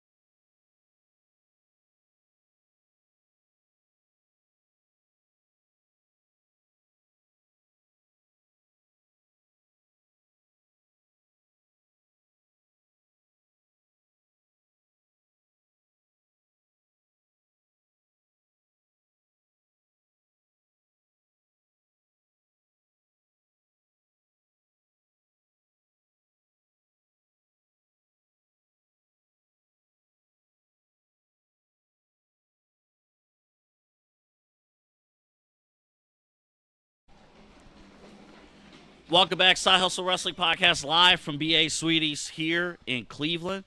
Interstate 480 exit, or the Ridge Road exit on Interstate 480. Make a left on Brook Park Road. We see the giant lollipop from our studio position. Yeah, beautiful mural out here too of Northeast Ohio. Come on in. Side of the building. Yeah, get your candy. Again, it's October. So got family Halloween party, adult Halloween party, all that stuff. Come on by and check it out. Largest candy store in North America. By the way, TikTok is impressed that we've been on live for over 90 minutes. Man, amazing. My phone battery's like, enough, please. Paul Heyman coming back tonight? Maybe. Biggest show ever, right? Cody Rhodes. I'd imagine possibly the greatest manager of all time should show up. He's been backstage. I'm going to be honest. Doing interviews. I'm going to be honest. I think Paul Heyman's the most over babyface right now in WWE. Wow. I don't know about right that. now. At this moment, on October 5th, 2024. There's a certain man who happens to do some of this that would say Jey otherwise. Uso. Who just won his first singles Main event championship. Jey Uso. Oh, man. Who may be the biggest star in the bloodline right now. Crazy. Minus The Rock, because when he walks out, you just see him. Oh, yeah, hey, Dwayne. But Kyle Cornell, Eli Moon, Double A Anthony Alfie here not with Dwayne you. Johnson. Not Dwayne Johnson. Not Dwayne Johnson, but Ish. ish. I'm Timu. I'm sorry. You're Timu. You're Timu Dwayne. Speaking of which, Timu Bloodline is in action tonight.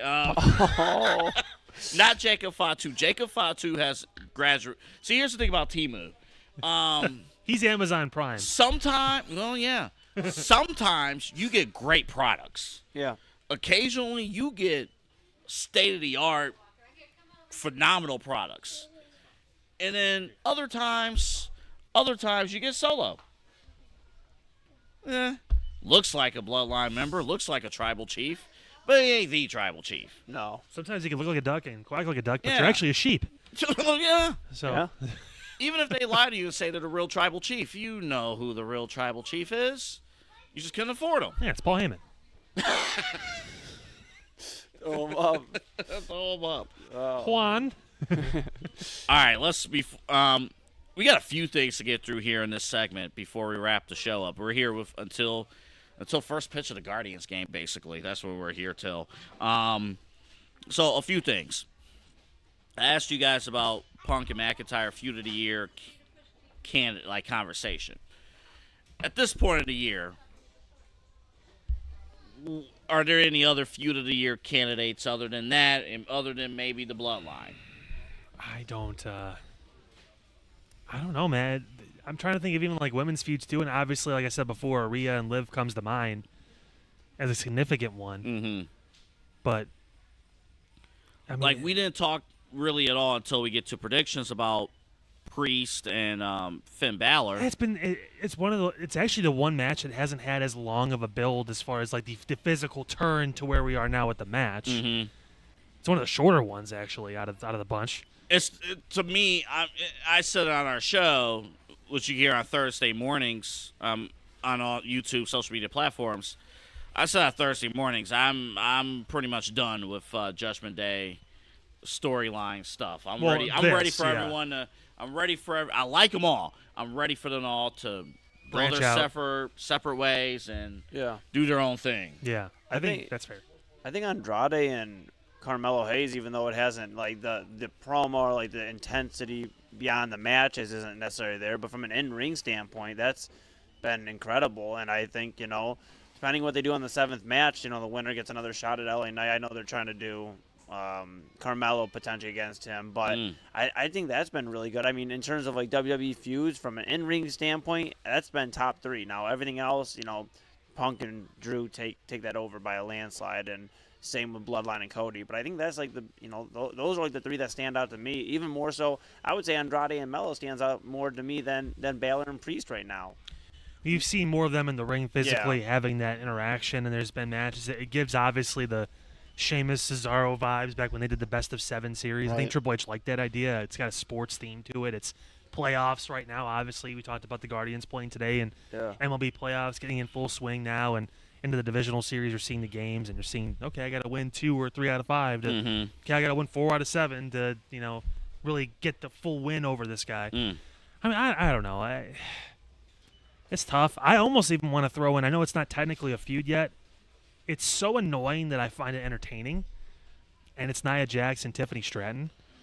It's a feud in the making. It's so like the way Tiffany's talking to her too. It's so annoying. Like the My Queen stuff and all that is just like I cringed when. How about Tiffany? You ever cringe so hard at something you just can't take your eyes away from it? How Like, about Tiffany last night slipping up and calling Bailey Pam, her real name? Nice. Last night, that was actually pretty cool. That's pretty cool. I'm a big Tiffany Stratton fan. Big Tiffany. Oh, we know. Stratton. Yeah, Any, I've seen your bedroom with all those posters. I know. Yeah, particular reason? she's phenomenal in the ring. That's Yeah, right. that's why. That's Yep, right. 100%. That's all we can say here. He's not 22, blonde, and available. Well, not really. I mean, we're not going to mention. Yeah, Lewis on Raw doesn't count. I am going to throw in. Nah, it's not a feud of the year candidate, but Bronson Reed has been Bronson overly and Seth impressive. could get there. It can get there. Yeah. I don't. Braun maybe could have a little bit, but that's more of like It wasn't the story. It was yeah. Let's make Bronson Reed look awesome while we get Seth healthy and back. Mm-hmm. And like I said before on this past show, on this past Thursday morning, if he's done taking clotheslines over the side at Sports Stadium, Seth can obviously come back and stomp somebody, and he did. So, I mean, that was our sweet moment of the week. Talk about B.A. Sweetie, Seth returning. It was the last minute of the show on Raw, but it was definitely worth it. I wrote down a few other serious candidates here. Mercedes Moné, Britt Baker, Oh God.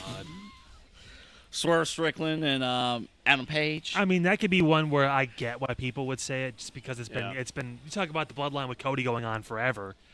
I mean, that's Swerve and Page have been fighting since they opened Dynamite, but I mean, whatever. Will Ospreay and Ricochet. That one match they had. MJF, Adam Cole. Injuries suck, man. Yeah. I'm kidding. I'm not taking any of those seriously, of course. Cole and but MJF could have been it. all of these could have been it. All of these. But again, as you know, what's the meaning of feud of the year? Is it just strictly matches, or is it like actual like the story, the build up? Did it deliver? That's why none of these AEW matches made the list. Because they were good matches. No one's saying AEW doesn't have good wrestling matches. I mean, some of them it's kind of ridiculous, but like the talent's there. Mm-hmm. It's the storytelling, the booking, how they approach the product. That's where the issues arise, and that's why their TV, viewership is at the lowest they've ever had. And But they that's got why. paid. They got paid. No, like I said, hey, 600,000 on a Wednesday. Mm-hmm. That's a respectable number. It's still top 3 on cable TV right now because no one watches cable anymore. So. Well, except for that guy that brought us the. Never mind. Oh, that guy. Do you believe in magic? Watch November 5th. Before we get to our predictions. That's copyright. Don't say that. Please don't. Before we get to our predictions, let's do a quick version of Rapid Fire. Rapid Fire is supposed to be quick anyway, but it's going to be quick. I really want to give that like the 3 words or less rapid fire. I think we should definitely coin that. Not like make it into a physical coin, but like use it. Sorry. MJF. Here we will talk a little positively about somebody from AEW. MJF is in Happy Gilmore 2. Exciting. I think you both are very excited about this. I was excited for the movie anyway, Mhm. just because it's been a long time. Like Adam Sandler had a stretch from like 1996 to like 99 where it was just like, to quote Sheamus, banger after banger Yeah, after I know. banger Yeah, I after know. banger, where it was like, oh hey, Waterboy, oh here's Happy Mhm. Gilmore, oh here's Billy Madison. Like it was just like, oh my goodness. And then Big Daddy came, but nevertheless, like still not a bad movie in my estimation. But a lot of people like frown upon it now. I don't know why. Oh. Maybe it's the Sprouse brothers. I don't know, but didn't age well. Like a not fine wine. But Yeah, nevertheless, right.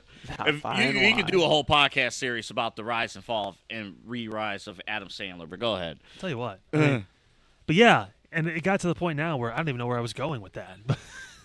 Happy Gilmore 2. You're That's happy what that it the was. movie is coming back. I'm happy Yes. the happy is back. Yeah, Yes. it's fantastic. So we're Yeah. excited for that, and the cameos are going to be interesting. Like a lot of people are getting in on this. Eli, I told people I told people before I was at the gym. Just running up and down. I know. I was on the treadmill, and on one of the TVs they were showing Happy Gilmore 1, Yeah. and they were showing the scene with Bob Barker. Oh yeah. And I started burst out laughing. Now you're gonna get it, Bobby.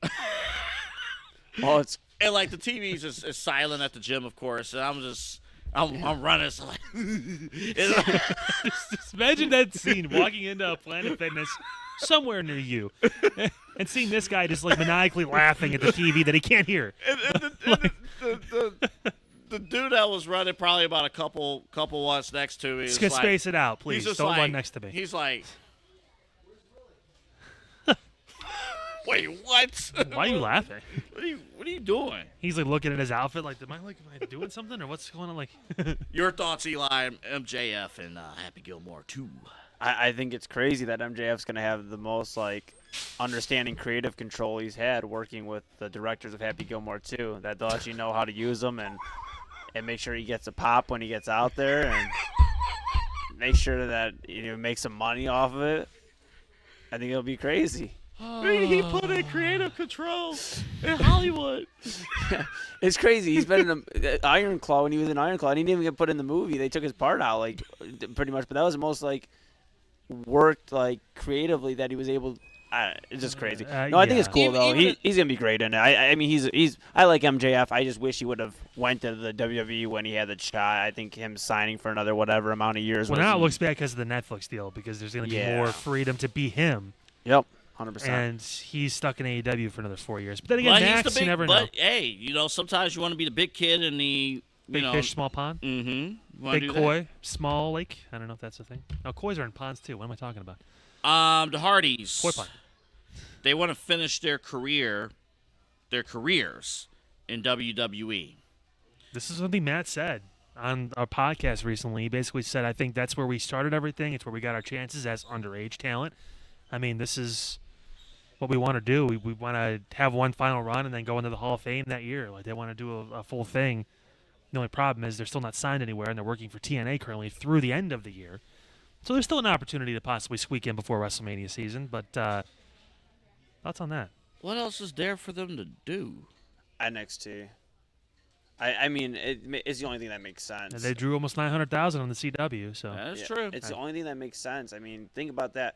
Their bodies may not be able to give what a 5-star classic anymore, but their brains and their minds are still 5-star match minds, I think. And I think, I mean, they have taken a lot of ladder jumps and all that, but I think they could give a lot to these guys like Nathan Frazier and Axiom and teach like some of these younger tag teams how to this is how you put together a strong tag team classic. I think they could really help out there. Plus, Shawn Michaels down there. It's not like they're coming back to work for Vince. They're coming back to work with guys they were in the ring with. Mm-hmm. Hear me out. So Jeff Hardy gets one more singles push. Right. Okay, I'm with that. And it so happens to be when CM Punk is World Heavyweight Champion. I love that, Kyle. Punk has said throughout the course of his entire career, one of the biggest things he wishes had more time to breathe was the Straight Edge Society. I know. Yeah. Bring that back, and your first opponent is Jeff Hardy. That'd be great. I like that. It's a remake. I like That would be great. I just the key would WWE. be, I just booked your world title scene for 6 months. You're welcome. The key obviously would be making CM Punk a heel. Will he be a heel by this Oh point? my God, it's so easy for him, dude. I know it's easy for him, but Yes. Okay. Yes, people want to boo CM Punk. Yeah. They enjoy seeing him because they're happy he's back. But give him a reason. When we were at West 6, there's a lot of people who love CM Punk, but the ones who hate him, the ones who don't like him, hate him. Yeah. I think he's a terrible Hate person. him. Yeah. They are rooting for Drew McIntyre tonight. The people in the business too with Punk, if they don't like there's I just don't like the guy, whatever it is. Like we thought that with him and Seth. There's just been I just don't like him. I don't like his personality, and that could still be the case. Right. But there are some people oh my goodness, hate his guts. I don't want to see this guy do anything.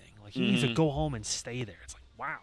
Okay, Yeah. he probably could. He's made enough money, but True. I digress. My last question before we get to predictions: we're here at a candy store here at BA Sweeties. It wouldn't be appropriate if we didn't have a question about candy and snacks and Sugar Rush. Your all-time favorite candy, snack, anything. You want to just you have free reign here at BA Sweeties. Your favorite sweets? Yes. Oh, man. I'd say the tie between a Reese cup, like any sort of Reese cup, or peanut butter cup, and York peppermint patties. I used to go crazy for the peppermint patties. And I know that's like a really hot take. That's like mint chocolate chip like ice cream being like your favorite ice cream, which is like one of my favorite ice creams. But yeah, the York peppermint patty or a good old chocolate peanut butter cup. Wow, we've been holding out on our favorite candies for a while because we wanted to get other people's opinions and takes. I'll tell you mine. It's Kit Kats. Okay. Kit Kats. Those are my go-tos. Kit Kats. I mean, it's just you get a bar that fills up this whole table. I'll eat it. No problem. Break it off for me. I'll be locked in, and I have other snacks too. But Kit Kats is right there at the top, and I like the pops that's here too. To get the classic glass Coca-Cola bottles here. I'm gonna say Almond Joy. That's a good one. I was literally kidding. Why would you guys assume? Almond Joy is a good one. No, no, it's not. There's a lot of people. That's like the popular candy to hate. Like, no, like there was a scene from Mark. Look like Almond Joy. No, it's actually funny. You guys listed my 1A and 1B. Reese's Cup and Kit Kats are both like right there. Nice. Honestly, it depends on the mood. I feel like peeling out more things, I'll do Kit Kats because I can eat a ton of Kit Kats. I can't have a ton of Reese's, but like a couple cups, like, oof. Yep. Yeah. I mean, maybe we'll have a new favorite. We know what favorite Rebecca's is. Yeah, y'all gonna have a new favorite. You will. Gotta have the Trump bar. So good, so delicious in your mouth. Chew it, swallow. Good. So good. I'm just here to help you on your journey. Oh, man. It's fake news.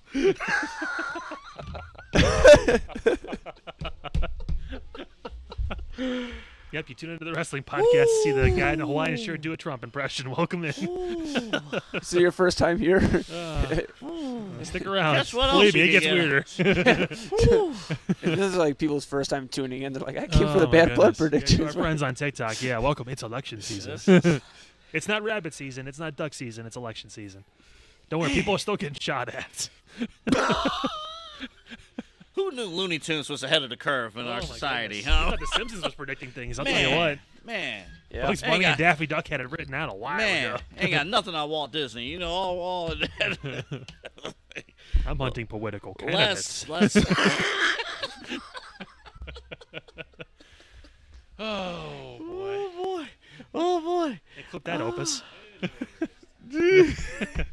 We've been on that list. We've been there, buddy. We've been there. Inaugural episode, we were on the list. Let's talk about appropriately Bad Blood predictions. A 5-match card. I am going to throw in the World Championship match on Monday. Sami Zayn. I do want to start there. Yeah. Sami and Gunther. That is a World Heavyweight Championship match. It's hard to pick against Sami, but Last person to beat Gunther was Sammy. it was, and I think Sami's going to come really close. I don't think Sami's going to do it. I think the world champion will remain Gunther. Oh, me. Eli. Yeah, go ahead. Okay. I Yeah. didn't actually say anybody's name, so Eli. You're good. go No, ahead. no. I'm the guest. So I figured I'd let you guys. Yeah. No. I think Gunther, man. I think Sami is gonna have a great match. They have great chemistry. Their match at Mania was really good. I just think we're in for a very long reign of Gunther, and I'm okay with that. I think it's gonna be a long title reign for him at past Mania. I think. I am tired of the long title reigns in WWE. I think that's evident by the fact that Jey Uso won the IC title. It shows that there can be champions that kind of go. And listen, a couple months is a good reign. 100 days, whatever it was, Yeah. good reign. That's fine. That's enough. I think Sami Zayn wins on Monday. Nice. Mm. Okay. I think they're trying to build this moniker that anything can happen on Monday Night Raw. And in near consecutive weeks, to have Jey Uso win the IC title and to have Sami be really that one thorn in Gunther's side. Mm. The one guy that I can just never. I look better than this guy. I wrestle better than this guy. I'm more distinguished. I feel like I have a better pedigree. I can't beat him. Why can't I beat him? That could be the big question in Gunther's illustrious career. All the titles, all the achievements, all the, King of the Ring, Royal Rumble, whatever you want to call it, when he gets there.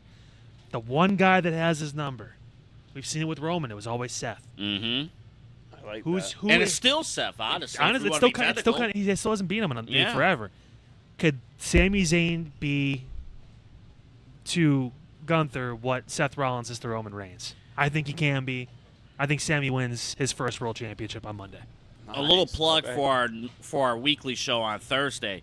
A babyface Braun Breaker is on its way. Yeah. And I can't And wait. he's over. I cannot But wait. it's not the Cody Rhodes babyface. It's still the ass-kicking babyface who, where are my dogs at? When he comes to Cleveland, people are going to lose their mind. Oh, man. Because they can kill two birds with one stone at that point. That's If you're gonna still a Browns fan after the start they've had. That is true.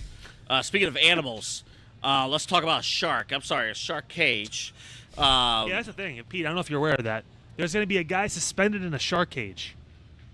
That's old school wrestling. That's back.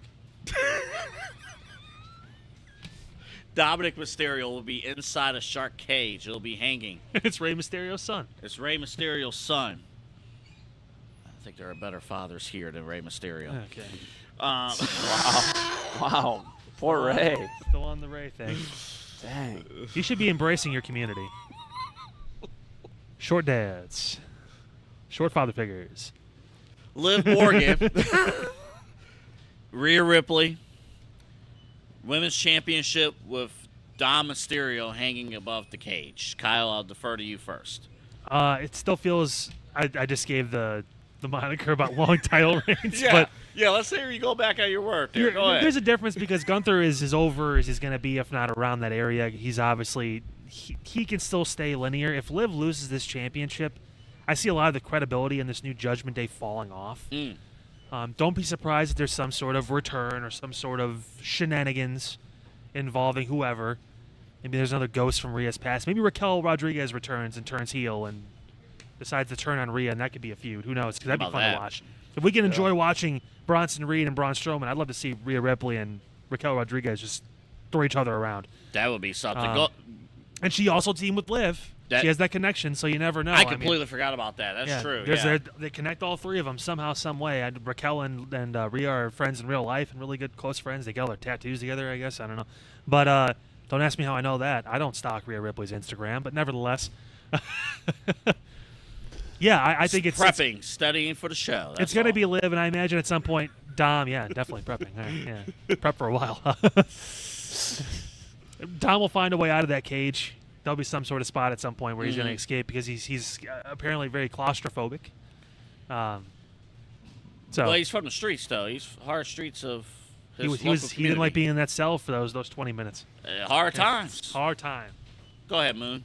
Yeah, I think what Kyle said with Raquel Rodriguez, I do think she comes back here. I feel like I'm putting ideas into people's heads now. Yeah, no, and honestly, I started thinking about this the other day. I said, who's the tallest woman on the roster that could come out and like maybe save Dom from getting out of the cage Who somehow? can make Rhea look small? Well, that and also like what if when the refs knock down, Raquel Rodriguez comes out with like a ladder or something, or like gets up and puts Liv Morgan on her shoulders, and like she gets Dom out of the cage because there's that'd be enough crazy. room, and then they get him out of here, and that's How they're going to do this cage, because we've seen it on Right. ref machines before. Like it's going to be very interesting if they decide to actually just suspend it in the air. Like I don't know what they're going to do. I think Liv Morgan. I agree with you, and I think Raquel Rodriguez comes back, and we're gonna get like a new member of the Judgment Day, and they start becoming a strong faction, and they finally, for the first time in the group's history, have two women in the group. I'm going to go with Rhea. I'm going to go with Rhea just because this is one of these. I almost have the same vibe as WrestleMania. Somewhere on the card, you need a strong babyface to go over. I don't see that really, perhaps anywhere else. Maybe one more match on the card. Wow. But I think Rhea is going to get. I think there's going to be some kind of spot where Liv will sacrifice herself to save Dom, I guess, and somehow, some way, that'll lead to Rhea winning the match. Huh. So I have Rhea through the certain avenue in this match. I have Rhea winning this match. Do we get a Becky Lynch return during this match? I After the match is over, if Rhea wins, do we see Becky come back? I don't think so. It'll be cool. Biggest show of the year. It'll be Biggest show of all time. Yeah. That's what Cody Rhodes said. Look for that video package. It's almost like he's promoting it. It would be cool though. But yeah, so both of you have Liv. Yep. I have Rhea. Yeah. The other match involving Judgment Day members, former Judgment Day members, Damian Priest, Finn Balor. Moon, you go first on this one. Yeah, I have Finn Balor here. I just think it's so hard to like believe in Finn Balor on the main roster, and this is the first time in a long time where they have a shot to make him the guy, like of the group, which he is. But now put him in a position where he beats the guy that was the face of the group out of, Rhea and Damian ran the group of Judgment Day. So now he beats a former World Heavyweight Champion, puts himself up the ladder to maybe even get a World Heavyweight title shot in the future. And I think it just helps build his credibility because it's every time he's gotten a few steps ahead, he's stepped back down the ladder, like losing the edge in that feud. Like every time he's made moves, he's always lost in a feud that he should win. I don't think he should win the feud ultimately, but I think he should win this match and look strong going into their next whatever. Yeah, this is the first match. This is the first time they've connected one-on-one. They were tag champs at one point and stuff too and all that. But Hope it's the last time they connect one-on-one. I don't know. We'll see how the match is. It could be a really good match. They could face off against on Raw, but the Judgment Day is getting a couple spots on the show because they have been an impactful story. They've been around for some time, and you can respect that to an extent. But I like your take, Eli, on that thing. I think Finn needs a win. No pun intended. Yeah. Wordplay. But nevertheless. And also, if my prediction holds true that Sami wins the World Heavyweight Championship, I'd rather see Sami Zayn versus Finn Balor, Sami Zayn versus Uncle Howdy, Bo Dallas, than Gunther in those spots because it's less believable. It feels like Gunther's going to just beat him and roll over him, or has already beat them at one point. Whereas Sami, with all these different matchups as champion, is a different dynamic that I would just love to watch. So, I have Damian Priest winning this one. So I have a clean babyface sweep. My reason, Terror Twin sweep. Yeah, and my reason is actually on the opposite side here. I think the Judgment Day's next feud is actually going to be against the Wyatt Six. Do you think they involve themselves in the match? I don't think so. I think yours is going to get clean finishes. I think it will be something on Raw where, there's backstage like, hey, we didn't get the job, or they're all down or whatever, and they're going to come out whatever, and then the Wyatt Six somehow reinserts themselves, and then immediately that's your next feud. And then I think the Terror Twins, they're going to move on to their own things, but I think a clean babyface Terror Twins sweep. I have that covered up tonight. Not mad at that. Not mad at that at all. The other women's match, which is also for a women's championship, Nia Jax the champion, Bayley the challenger. Kyle. Oh man, I don't care. I feel bad saying that, but it's tough with me. We've admitted to that Nia has gotten a lot better, obviously, but for some reason, my eyes are more on the Tiffany Stratton aspect of all this. We know his reason. Oh yeah, we know. Kidding. You can't say She's nothing. great. The 14 posters in his room, yeah. But yeah. No, this could be very similar, I think, to what we saw at WrestleMania with McIntyre and Rollins. With you see a title change and a cash in immediately. Mm-hmm. I think that is very possible. Mm-hmm. When it comes to what we're dealing with this. Right.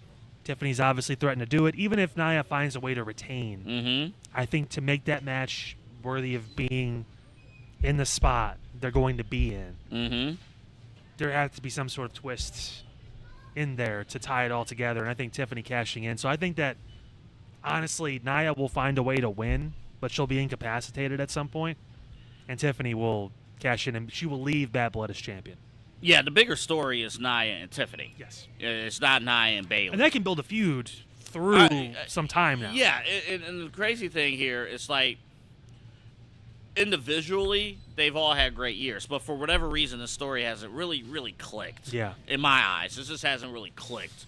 And it is what it is. Like right? Adam Sandler, it just didn't click. Right. It just didn't click at all. No.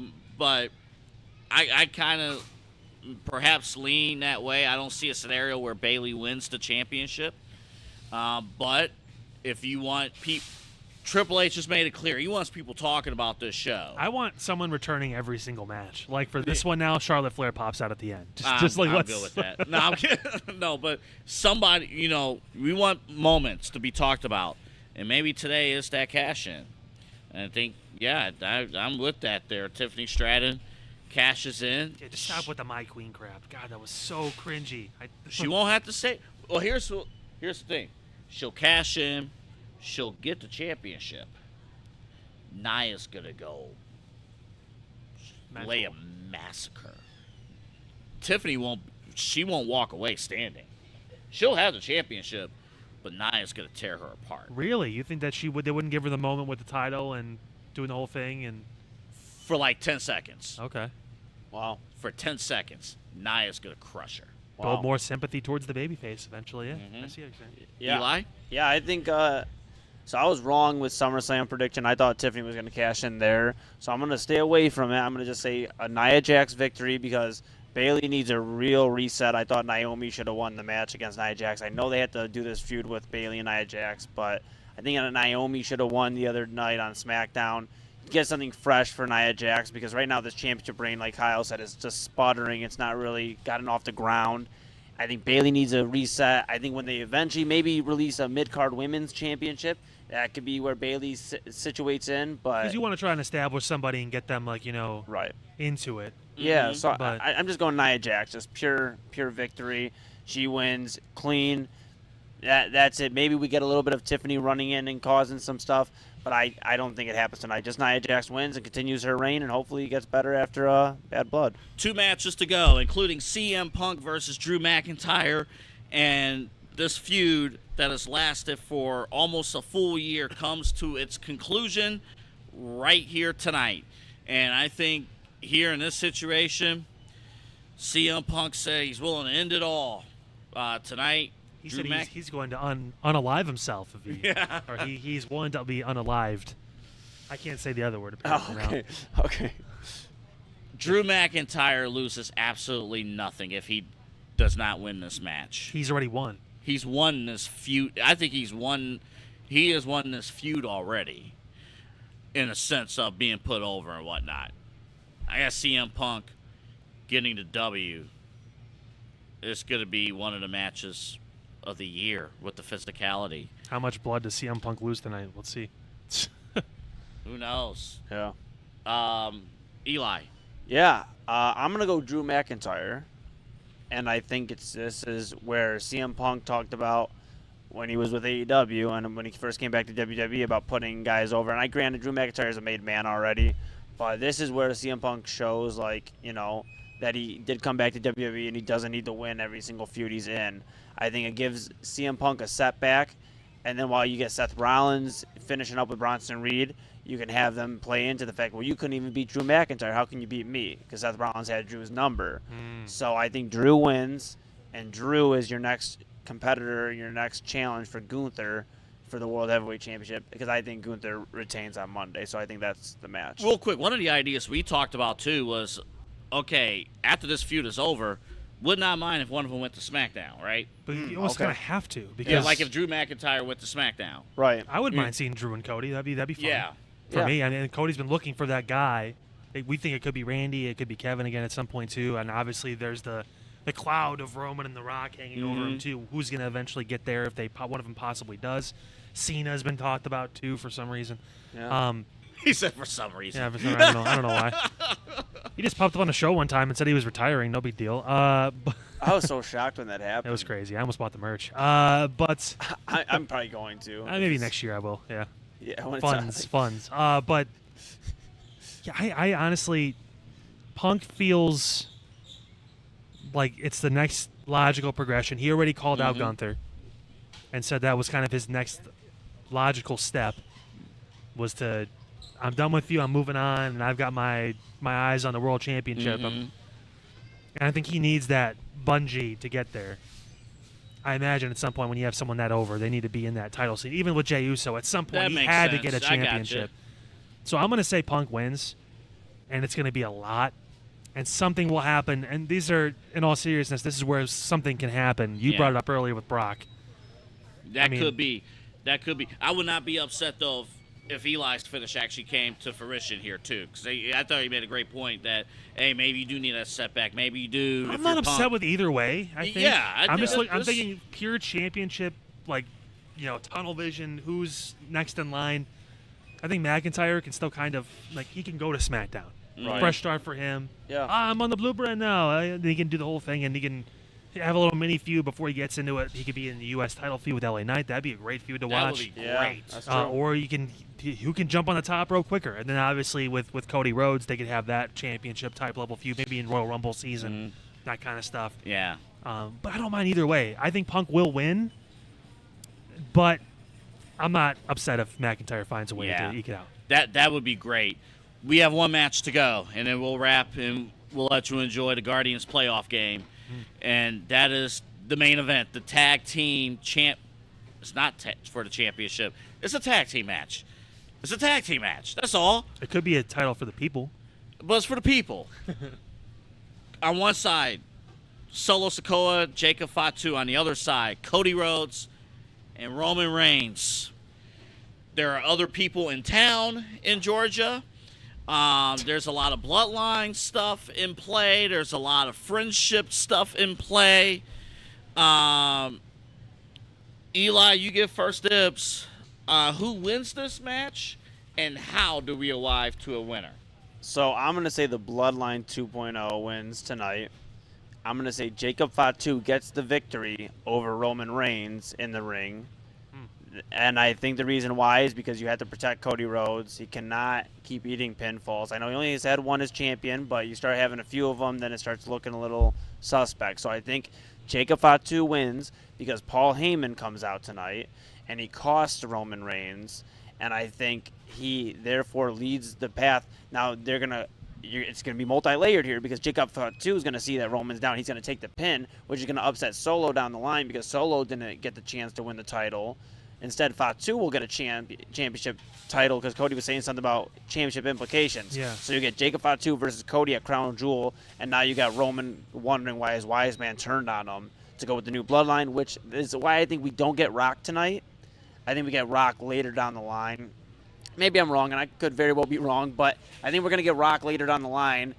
I think once everything kind of develops, who's everybody working for? Who's this new bloodline working for? And I think it's going to be The Rock. So I think Paul Heyman comes out tonight, and Jacob Fatu pins Roman clean in the ring. You want me to go first? Yeah, go ahead. Okay. Cody and Roman are winning. And it's going to be Roman pinning Solo.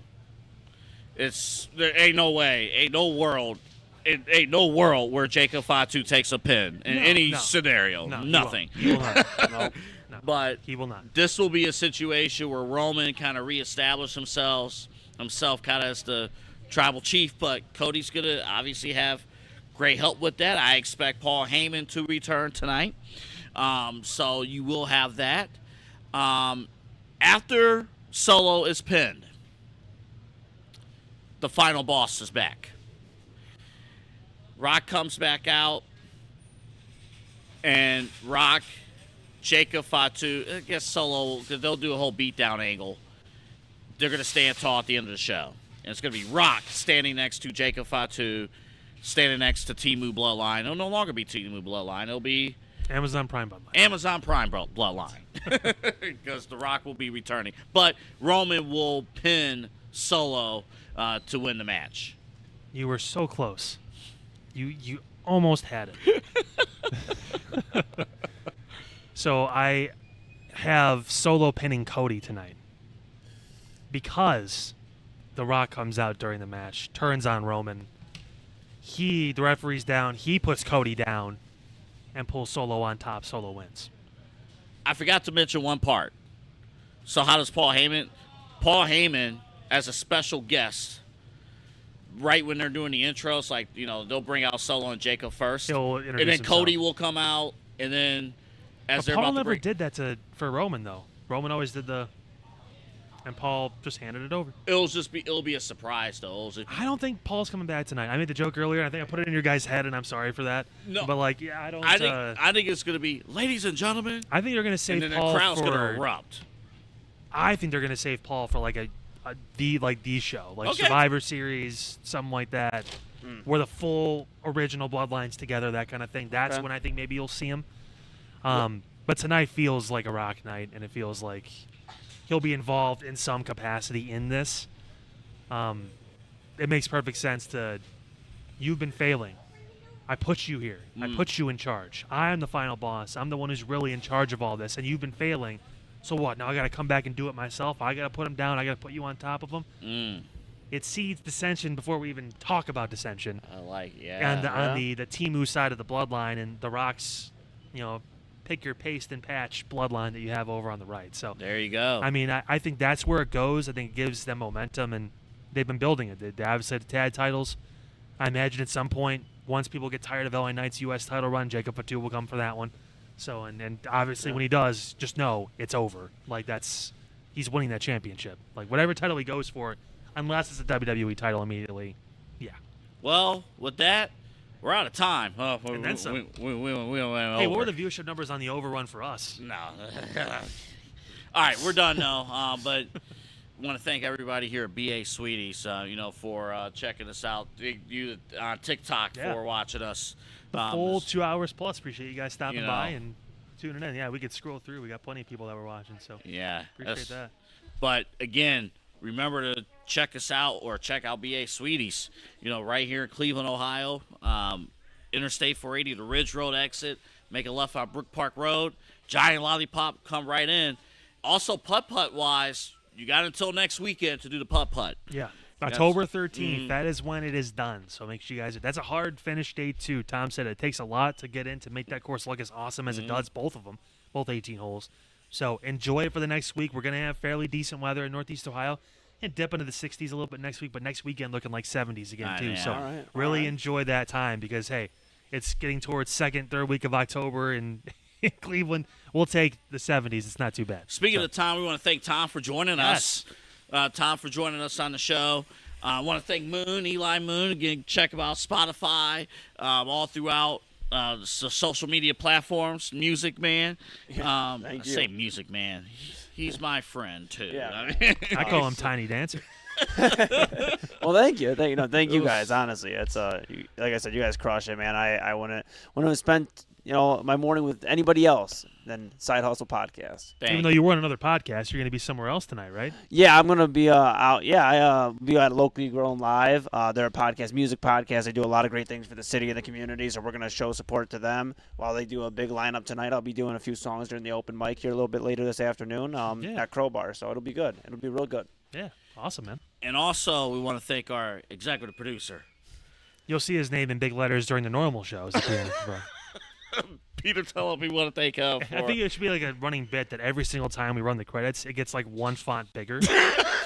Yeah, I like that. Because you can build. Like, we do one episode a week. I mean, after a year, that thing's going to be an entire screen. After a year, we're going to run out of letters. It'll just be... It'll be one letter, just P. Like, what? It'll be tull. People think we're going to start talking in code. Oh, man. Yeah, that'll be pretty much it. And that's it for us. You guys enjoy your weekend. Please come here to BA Sweeties. Your candies, Halloween it's candy candies. season, It's Halloween, candy season. Christmas coming up. After that, Easter's not too far away. I mean, it's crazy to think about this little stretch of time. So, yeah, this is the place to be, guys. And there's no excuse not to buy candy, So definitely come down and check it out. Rents do candy. So for everybody here, for Kyle Cornell, Double A Anthony Alford signing off. Enjoy Bad Blood tonight. Enjoy your weekend. Go Guards. Sweep these Tigers out of here. That's my prediction. Sweep the Tigers. And I like to think of the worst imaginable World Series to watch. Like, let's watch the Padres and the Royals. Yeah. Yeah. If you heard the collective groans, it was people in the store. Oh, man. At least the Astros are out of it. All right. Bye-bye, Have a great cheaters. weekend, everybody.